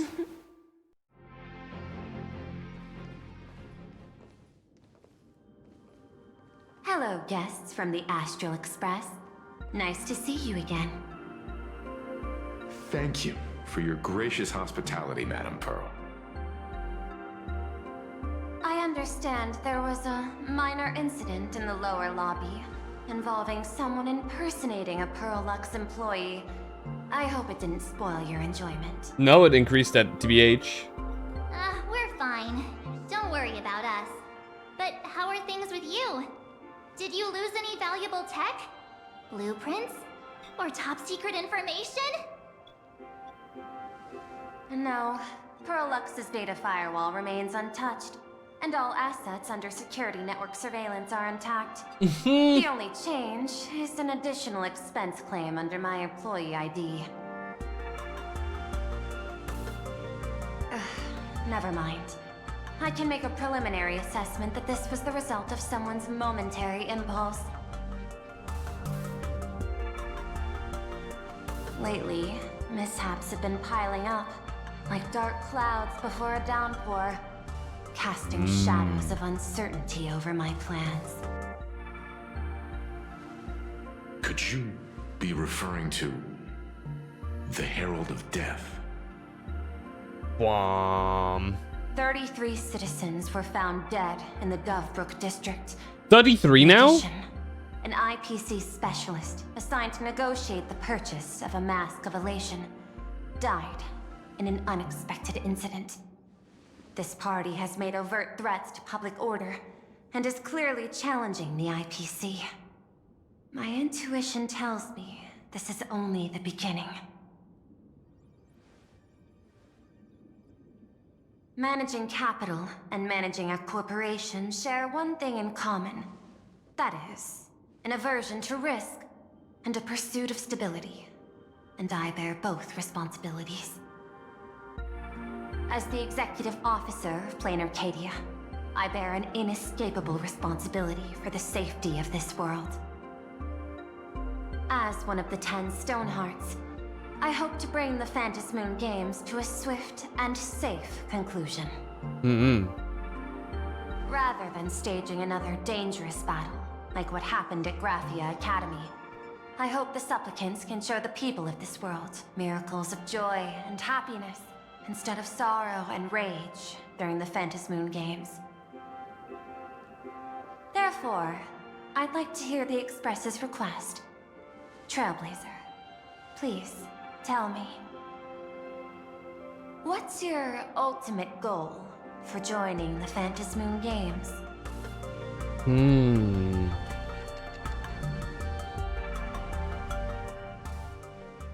Before setting off, you spoke to Himiko about your goals for the Phantom Moon Games. You mentioned earlier that you wanted to talk about the Phantom Moon Games with me?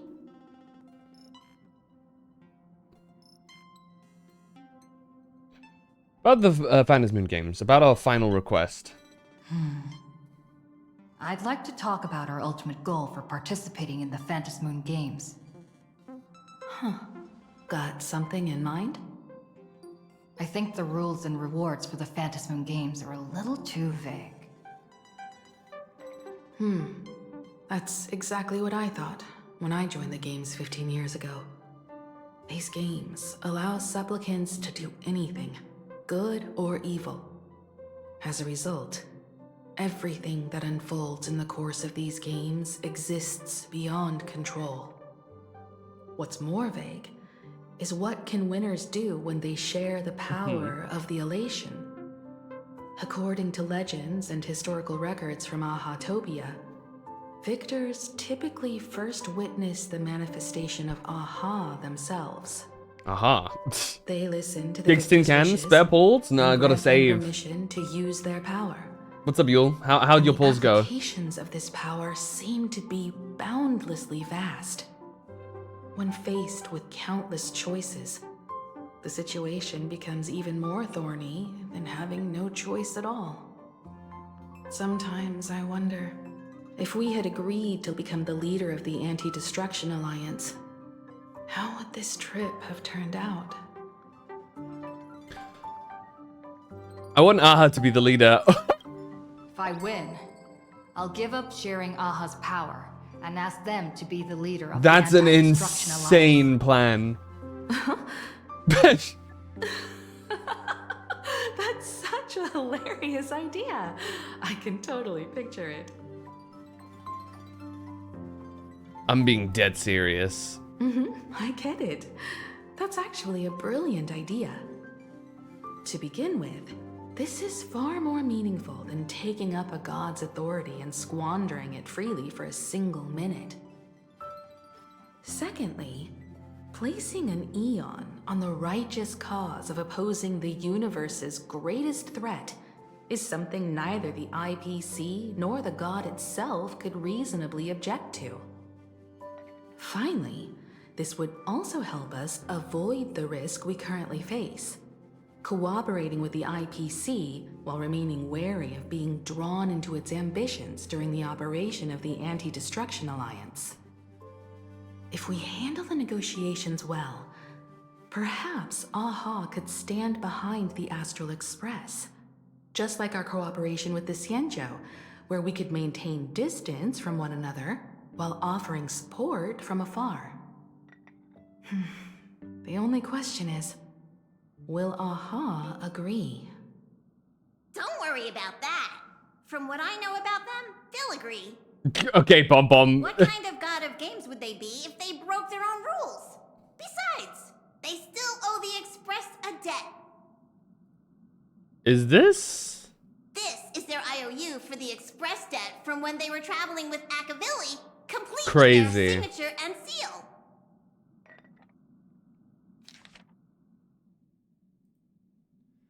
Solely for the sake of fun, I have on numerous occasions during my voyage aboard the Astral Express misappropriated and vandalized public property of the Express, thereby incurring financial losses to the Express and a liability for third-party damages. Having received the conductor's earnest instruction, I have come to a profound realization of my transgressions. I hereby itemize all outstanding reparations below, to be settled at a future date. The itemized list of reparations due from AHA is as follows. 1 telemicrowave oven, quantity 1 unit. Supersonic slippers, quantity 2 pairs. Optical camouflage cloak, quantity 1 unit. Or just 1 in general. 1 optical camouflage cloak. Anti-gravity levitation carpet, 1 quantity 1. Hider brooms bearing a striking resemblance to swords, quantity 2. Note, liability for this entry is jointly assumed with Akivili. Did they have a sword fight? Leviathan tooth, quantity 2. Trimmed conductor's outfit, quantity 1. Organ dragonflies deposited by the morning actors, quantity 2. Medical expenses incurred due to allergic reactions from the introduction of electronic mustard into the rice cooker. Graffiti removal fees for the statue complex of White Rolling Stone Planet. Repair costs for walls in the Museum of Animated Arts. And recovery expenses for escaped collection items. 3 portraits and 7 specimens remain unaccounted for to date. Incident during extravehicular angling. An erratic comet fish caused a collision resulting in damages to 3.1415926 solar sails on planet Goldberg. Note, liability for this entry is jointly assumed with Akivili. Satellite unit with the Centurial Stellar Ring, quantity half. 6-eyed yaks of the Duchy of Huronte, 9. 1 anti-beast horde naval cannon sourced from the old Luntinium exhibition hall, and 1 artificial satellite neutralized via accidental discharge. Several pillows lost to the atmosphere of planet Slies during a pillow fight, including a conductor Pom-Pom's favorite bolster. Fines levied by Cosmic Paleontological Conservation Association regarding gastric ulcers in a void song whale induced by an unauthorized expedition within the creature's stomach. Xenohydros released from the custody of the architects, quantity 3. Roaring Golden Pothos, quantity 1. Accrued multiple outstanding tabs at World's End in capacity of a nameless. A shockingly lengthy entry, extensive enough to reach the ground. Crispy, crumbly pom-pom pie, 22, of which 3 were utilized as fishing bait, 9 dispenses yak fodder, 10 deployed as projectiles against space pirates during a skirmish. Please accept my sincere apologies for the misappropriation of the conductor's labor-intensive provisions. Half an express. Debtor, AHA. This gold signature looks sketchy no matter how you look at it. Is this really from AHA themselves? Passenger, use this to blackmail them. That one will definitely give in to your demands. Probably. In before Pom-Pom So, is actually You're saying the you elation. want AHA to take on the leadership of the Anti-Destruction Alliance?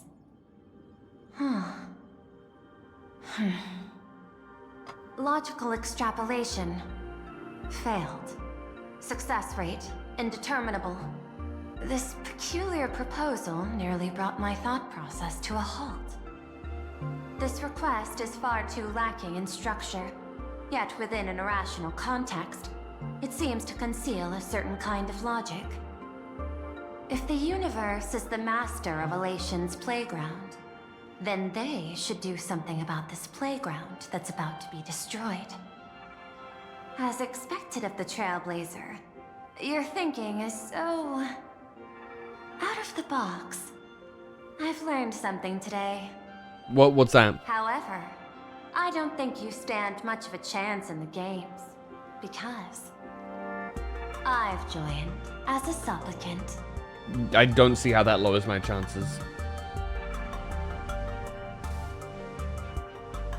So, is this going to be a boss fight?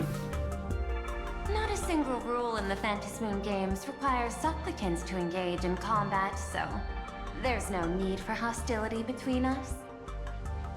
Plain Arcadia's administrator is the same time, she has at her disposal assets of staggering magnitude. What, Perlux Corp among them. Aw, with money and power on her side, wouldn't her chances of success be way higher than ours? Ah, but Perlux Corp is not as popular I here. previously proposed to Miss Himiko, I'm willing to cooperate with the Astral Express to ensure the smooth progression of the Phantom Moon Games. But the Astral Express isn't your only partner, is it? I have 2 other allies. However, you all are my most promising ones.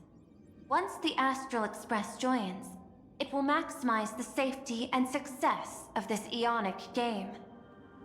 And I will do everything in my power to fulfill my partner's wishes within that limited minute. This is just like the Anti-Destruction Alliance. She's here to recruit us.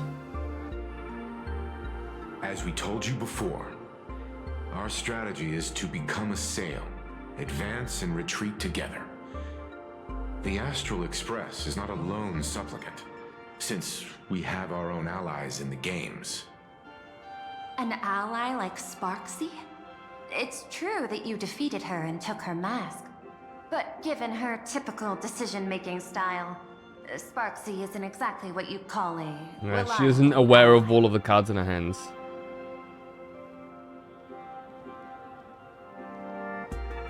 Besides her mask, I also have another one. Hypothesis. The Sinwish Syndicate's missing mask. I thought it fell into the Cienjo's hands. Don't tell me. Yao Guang gave it to you guys? That's right. 3 against 3. We're tied at the moment. With this new variable in play, I'll have to adjust my extrapolations. But the conclusion seems unchanged. After all, as the administrator of this world, I have the natural advantage in resources. What does that sound? That's your biggest weakness. An IPC senior executive. Plain Arcadia's administrator. A member of the 10 Stonehearts. Joining the games personally. Get him! Certainly has an intimidating ring to it. But, when you think about it, isn't this identity precisely the greatest burden Madame Pearl has to overcome? She's right. Your identity is far too sensitive. You want to control these games and end it safely and quickly. But Plain Arcadia's You don't have too many fans might out not there. see it this way. All they see is the all-powerful IPC and an influential executive pulling all the strings. Your every action will be scrutinized twice over. People don't want to see the IPC win. A sharp observation, I must say. Quite impressive. But I do not believe you yourself would overlook this. Madame Pearl, what is it that you seek to obtain from the Phantom Moon Games at any cost? What I seek is a treasure lost to this world's history.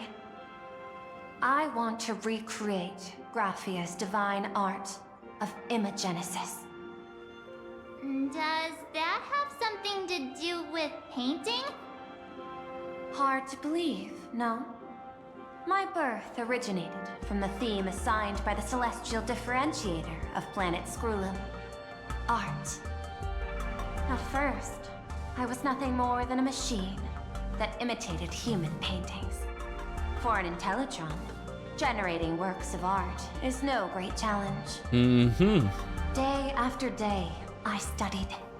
Day after day, I exhausted every possibility. I could instantly analyze the proportional structure and pigment composition of any painting.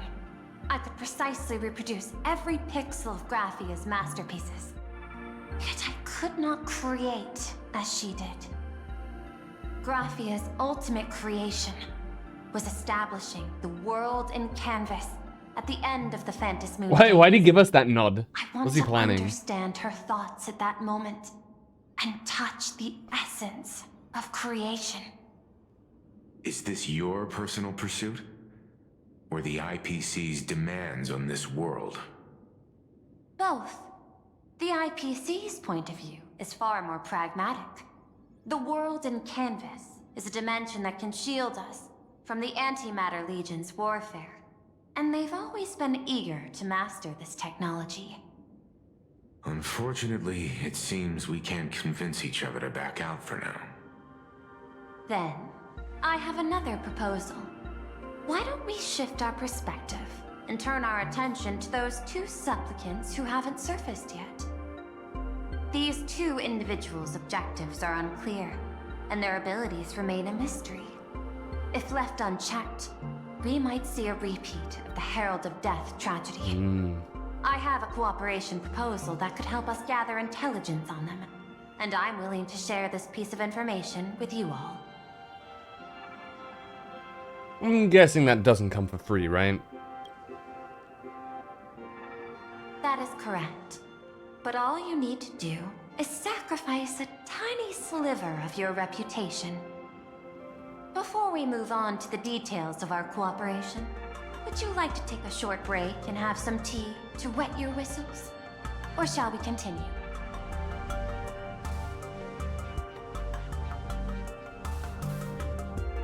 Let's continue the discussion.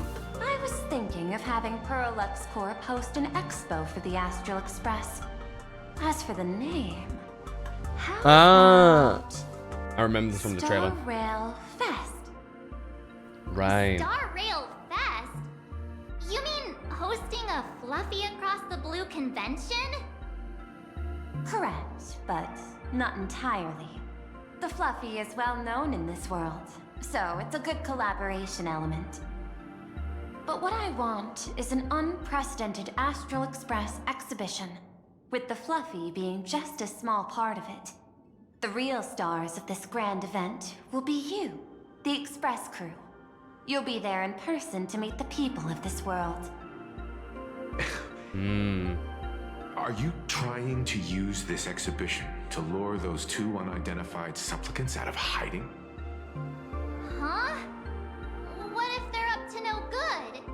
Won't that just make us walking targets?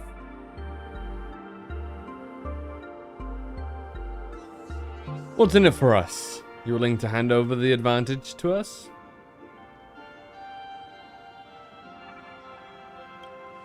What could be more inspiring to the people of a world than standing face to face with heroes of the cosmos?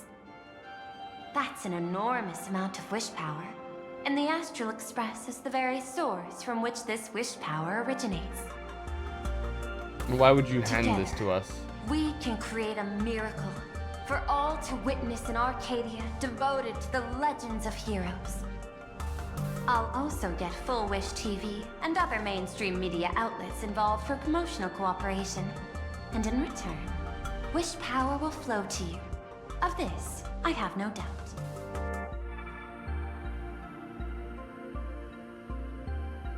Deal. A wise choice. Before the Star Rail Fest officially begins, I have one more favor to ask of you all. I'd like the Express crew to pay a visit to Blurry QR Colt, the original author of Fluffy Across the Blue. Such a weird pen name. Doesn't Perlux own the rights to the Fluffy? Since their debut, this author has remained anonymous, never revealing their true identity in public. But if the real-life inspiration behind the story were to pay It's them a personal Nihilux. visit, We already know, though. it would surely be a great This will be honor, interesting. and likely persuade them to attend a signing, stoking the excitement even further. Leave it to us. Now that we've reached an agreement, I'll leave it in your capable hands. My secretary will be in touch to keep all parties apprised. By the way, before you leave, please accept this small gift as a memento of our first collaboration.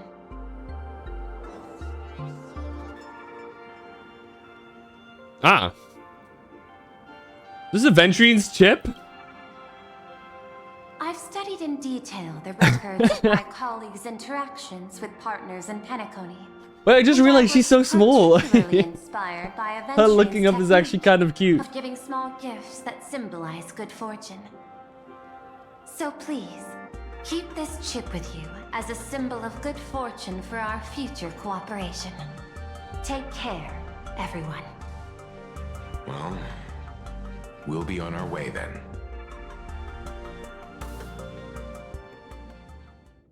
As your private detective, I must warn you that a grand exhibition of unprecedented scale would make for a perfect opportunity to reenact the blood-stained games. Okay. I understand. That's why I have a mission for you. Protect the Nameless at Star Rail Fest. You actually think they would need my protection with their strength? Don't tell me your extrapolations predict even bigger trouble ahead. Hidden beneath each extrapolation, tiny signals of unease keep bubbling up to my thought interface. I must be thoroughly prepared for whatever may come. Now that you've taken up the mask, let's talk about payment. What do you want? The same as always? Money? Before we talk about payment, let's discuss the Herald of Death. Although the Department of Aberration Defense sealed and destroyed all records of the Bloodstained Games, I still managed to uncover some unusual leads. After the Herald of Death incident, the victims' families collectively received compensation so massive it could fill any gaping wound. So, I figured, maybe we could find some leads by looking into official Plain Arcadia expenditures. But here's the interesting part. This item was nowhere to be found in that year's public financial report.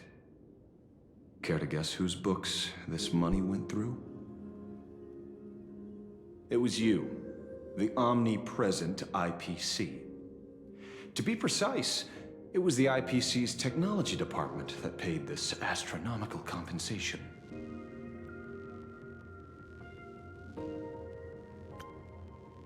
Okay, missing dialogue line for some reason. Why would a lethal incident on some minor frontier planet cause IPC scientists to hemorrhage funding? Don't tell me they're moonlighting as philanthropists on top of their research work. Following the usual human drama tropes, am I supposed to give you a round of applause now? Being able to dig up all this information really shows your connections and capabilities, Detective Ashvale. In movies, a big shot like you would usually raise a hand right about now, revealing the dark muzzle of a gun. I'm afraid you've learned too much. And bang! That's when the gun goes off. And I, the poor sap who uncovered the truth, am supposed to bite the dust. Sorry, my hand is on the checkbook and unavailable. Mr. Ashvale, tell me, how many zeros would you like to see on that check for our cooperation? Damn! It's not about the money. Indeed, money isn't the issue. 100 million credits. Damn. Are you trying to buy me off like some poor victim's family? Tell me, why did the technology department pay to sweep this under the rug? 300 million? Oh. I know you've always needed money. For cryosleep, supporting the Shit, she families really of doesn't fallen want to tell him. comrades, and for treating those who survived. Isn't this exactly what strategic investment is about? Putting money in the hands of those who need it? I'm not your lackey, Intellitron. Tell me the answer. Get him! 500 million? Damn! I could pretend there's a glitch in my calculation process and make it a cool billion for you. Money Fuck. or answer? Your call. I want the answer. Oh, an unexpected choice. It defies my usual understanding of your decision tree. Note, I say this without sarcasm or ridicule. The answer is, I don't know much. Hard to believe, perhaps. But as CEO, my power isn't unlimited. Besides, The Herald of Death affair lies 15 years in the past. This world is like an unfinished game of chess that's been dragging on for years. The hidden moves laid by the previous player keep becoming my challenges. Even today. But since you've invited me to finish this game together, sharing intel is a must. Reasonable. I'll share what I know about the answer. Marcus Antali, the Herald of Death. Last member of the Intelligentsia Guild, School of Evolutionary Perfection. Oh. 5 years ago, his identity was confirmed, and he was executed. Note, executed in every sense of the word. Part of the Intelligentsia Guild. Evolutionary perfection. Who's trying to...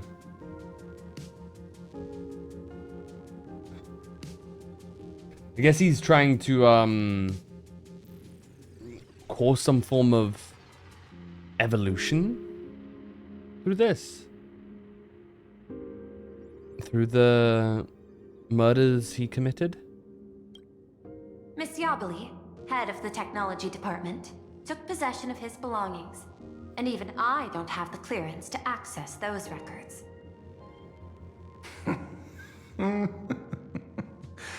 No wonder. So, that guy was practically IPC personnel, give or take. That also explains why the technology department shelled out the compensation. Yet, the method behind this latest killing is identical to the one from years ago.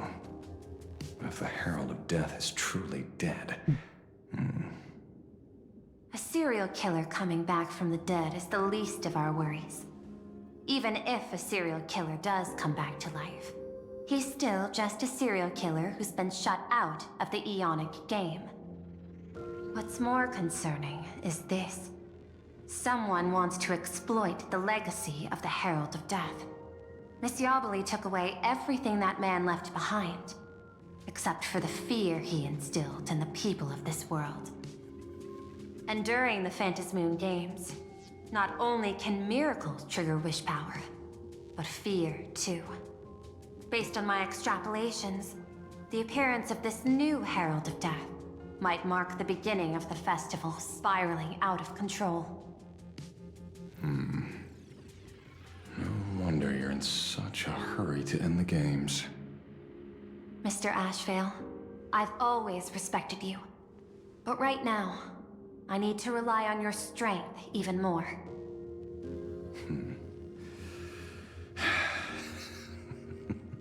Respect. When I was younger, what I really wanted was to make the IPC fear me. The passage of time's not exactly kind, is it? Deal, Madam Pearl. But I will require one more form of compensation. Whoever this new Herald of Death is, I must deliver justice with my own hands. Damn. This time, there won't be any lengthy interrogation. By the authority vested in me as CEO of Plain Arcadia, I pardon all crimes committed in the course of your revenge. Go ahead and do what you must, Mr. Ashvale.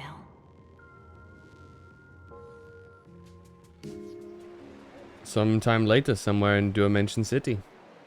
My friend, I don't blame you, but I'm done being a breathing dead weight. What so the do hell? me a favor and pay me back for that drink with this bullet. Just do it, you coward! Let me die as a Galaxy Ranger before I turn into a monster of abundance. Bana, shoot me. I beg you. My Skybo above. May you have a pleasant dream. He's 100% part of the Galaxy Rangers. Not knowing who you are, not knowing why you exist here, that isn't life. In ancient times, humanity's daily goal was to obtain 2,000 calories of food. Humans back then knew they were just one member of the animal kingdom. They understood why they migrated, hunted, gathered. But now, in an era where you can get food delivered to your door with just a tap of your finger, effortlessly achieving that 2,000-calorie goal, humanity has lost its way like never before. Tell me, will the Phantasmoon Games bring a new direction to this world, Ashvale? What's wrong with getting food with just the tap of your finger? Well, don't tell me you want to go back to the days when everyone was starving and at the mercy of the harvest. 2,000 calories are pointless, but just for survival. It's the goals beyond 2,000 calories that define humanity. And the Phantasmoon Games holds up a mirror to humanity, allowing them to see their truest selves. True. I'm just a detective.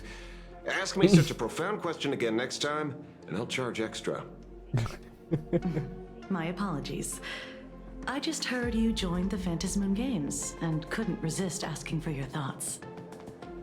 You've met Madame Pearl, huh? She dumped this hot potato of the Herald of Death on me. On us. Judging by your expression, it seems less like a hot She's Kuchiba is and definitely more like a sus. sweet fruit. She's a very well-designed model.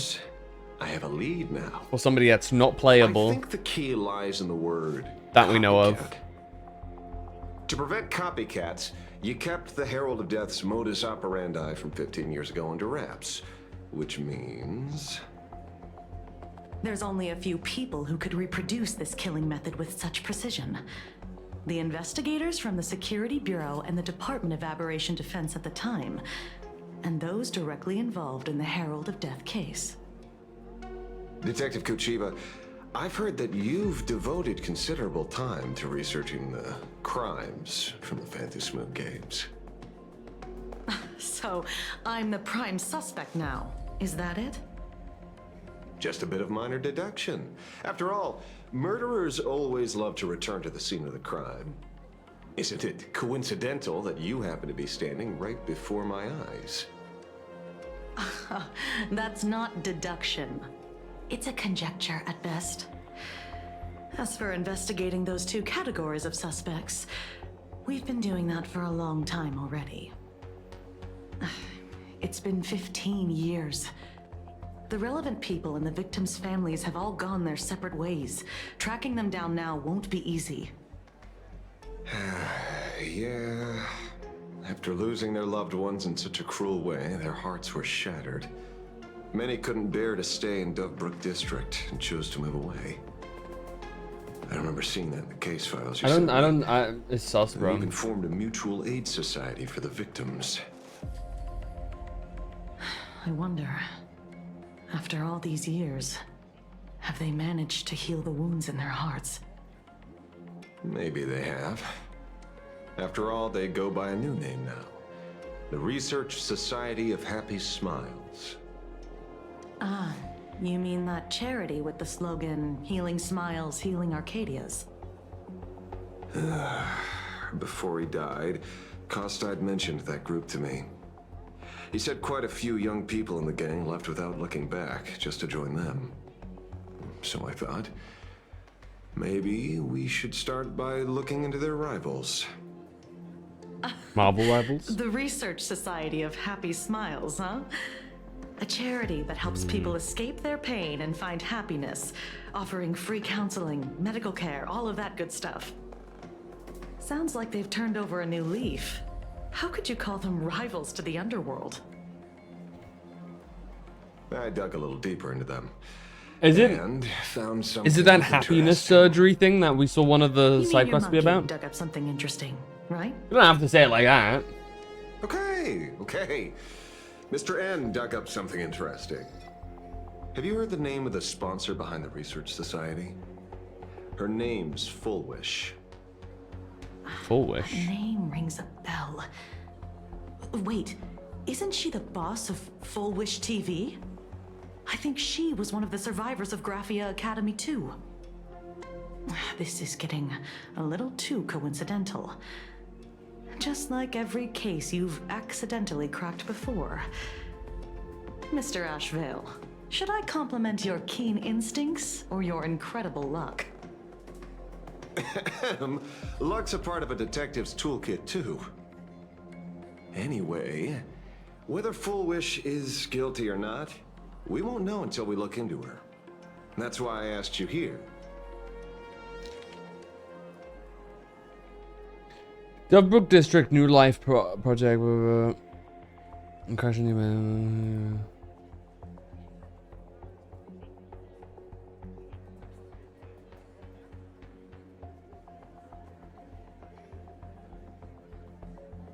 Okay.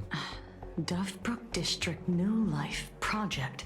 Public Recruitment and Mental Healing Seminar at the Research Society of Happy Smiles. And she's the speaker? Holding a seminar at a place meant to bury past trauma. The very site of 2 bloody incidents. Miss Foolwish's audacity is certainly impossible to ignore. So what are we waiting for?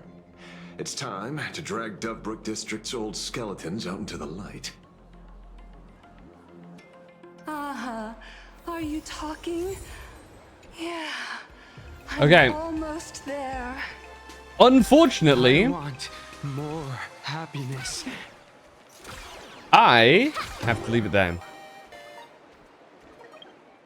Oh, we can add him to the team. Hold on, let me. What's Ashvale's best team? But yeah, I do have to dip for now, because I got raid coming up in a sec. So we're gonna have to leave it there. I'll continue it.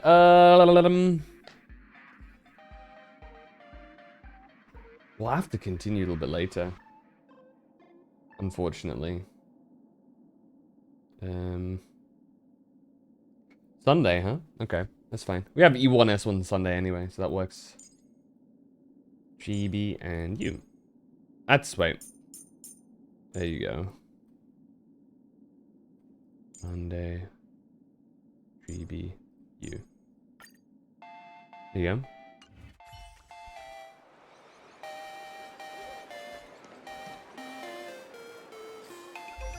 Can we see? No, we can't see. It's curious to see what like his stats were looking like. But hey. But yeah, like I said, kind of have to wrap it up here for now. I got raided in about 10 minutes. So we'll have to continue this another time. Very cool start though. I feel like we're about to get into like the deep stuff for this. So this is a good like moment for it, I guess.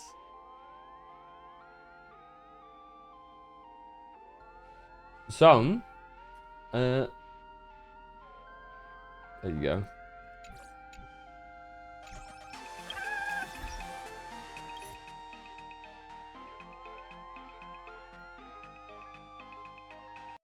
There you go.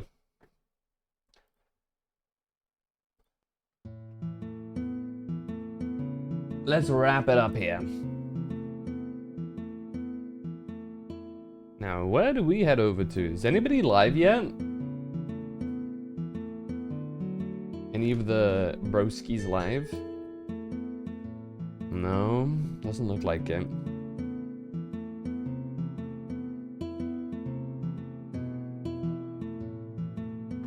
Come on, guys! Go live earlier so that I can raid you and then just prep, you know?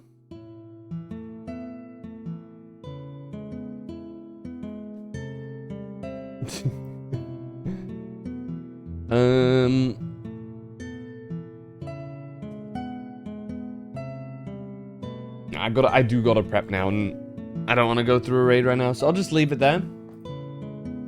No raid tonight. Let's see. Shut up! My alarm's going off. So yeah, I'm just gonna wrap it up here. Thank you guys for chilling. This is the Discord. Please join it. And there's my socials. Sub to me on YouTube, maybe, perhaps, perchance.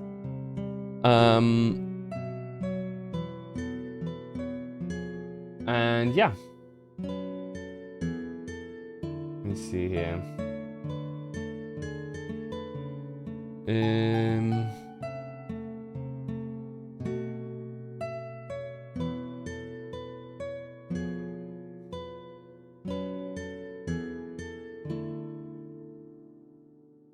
Dun, dun, dun.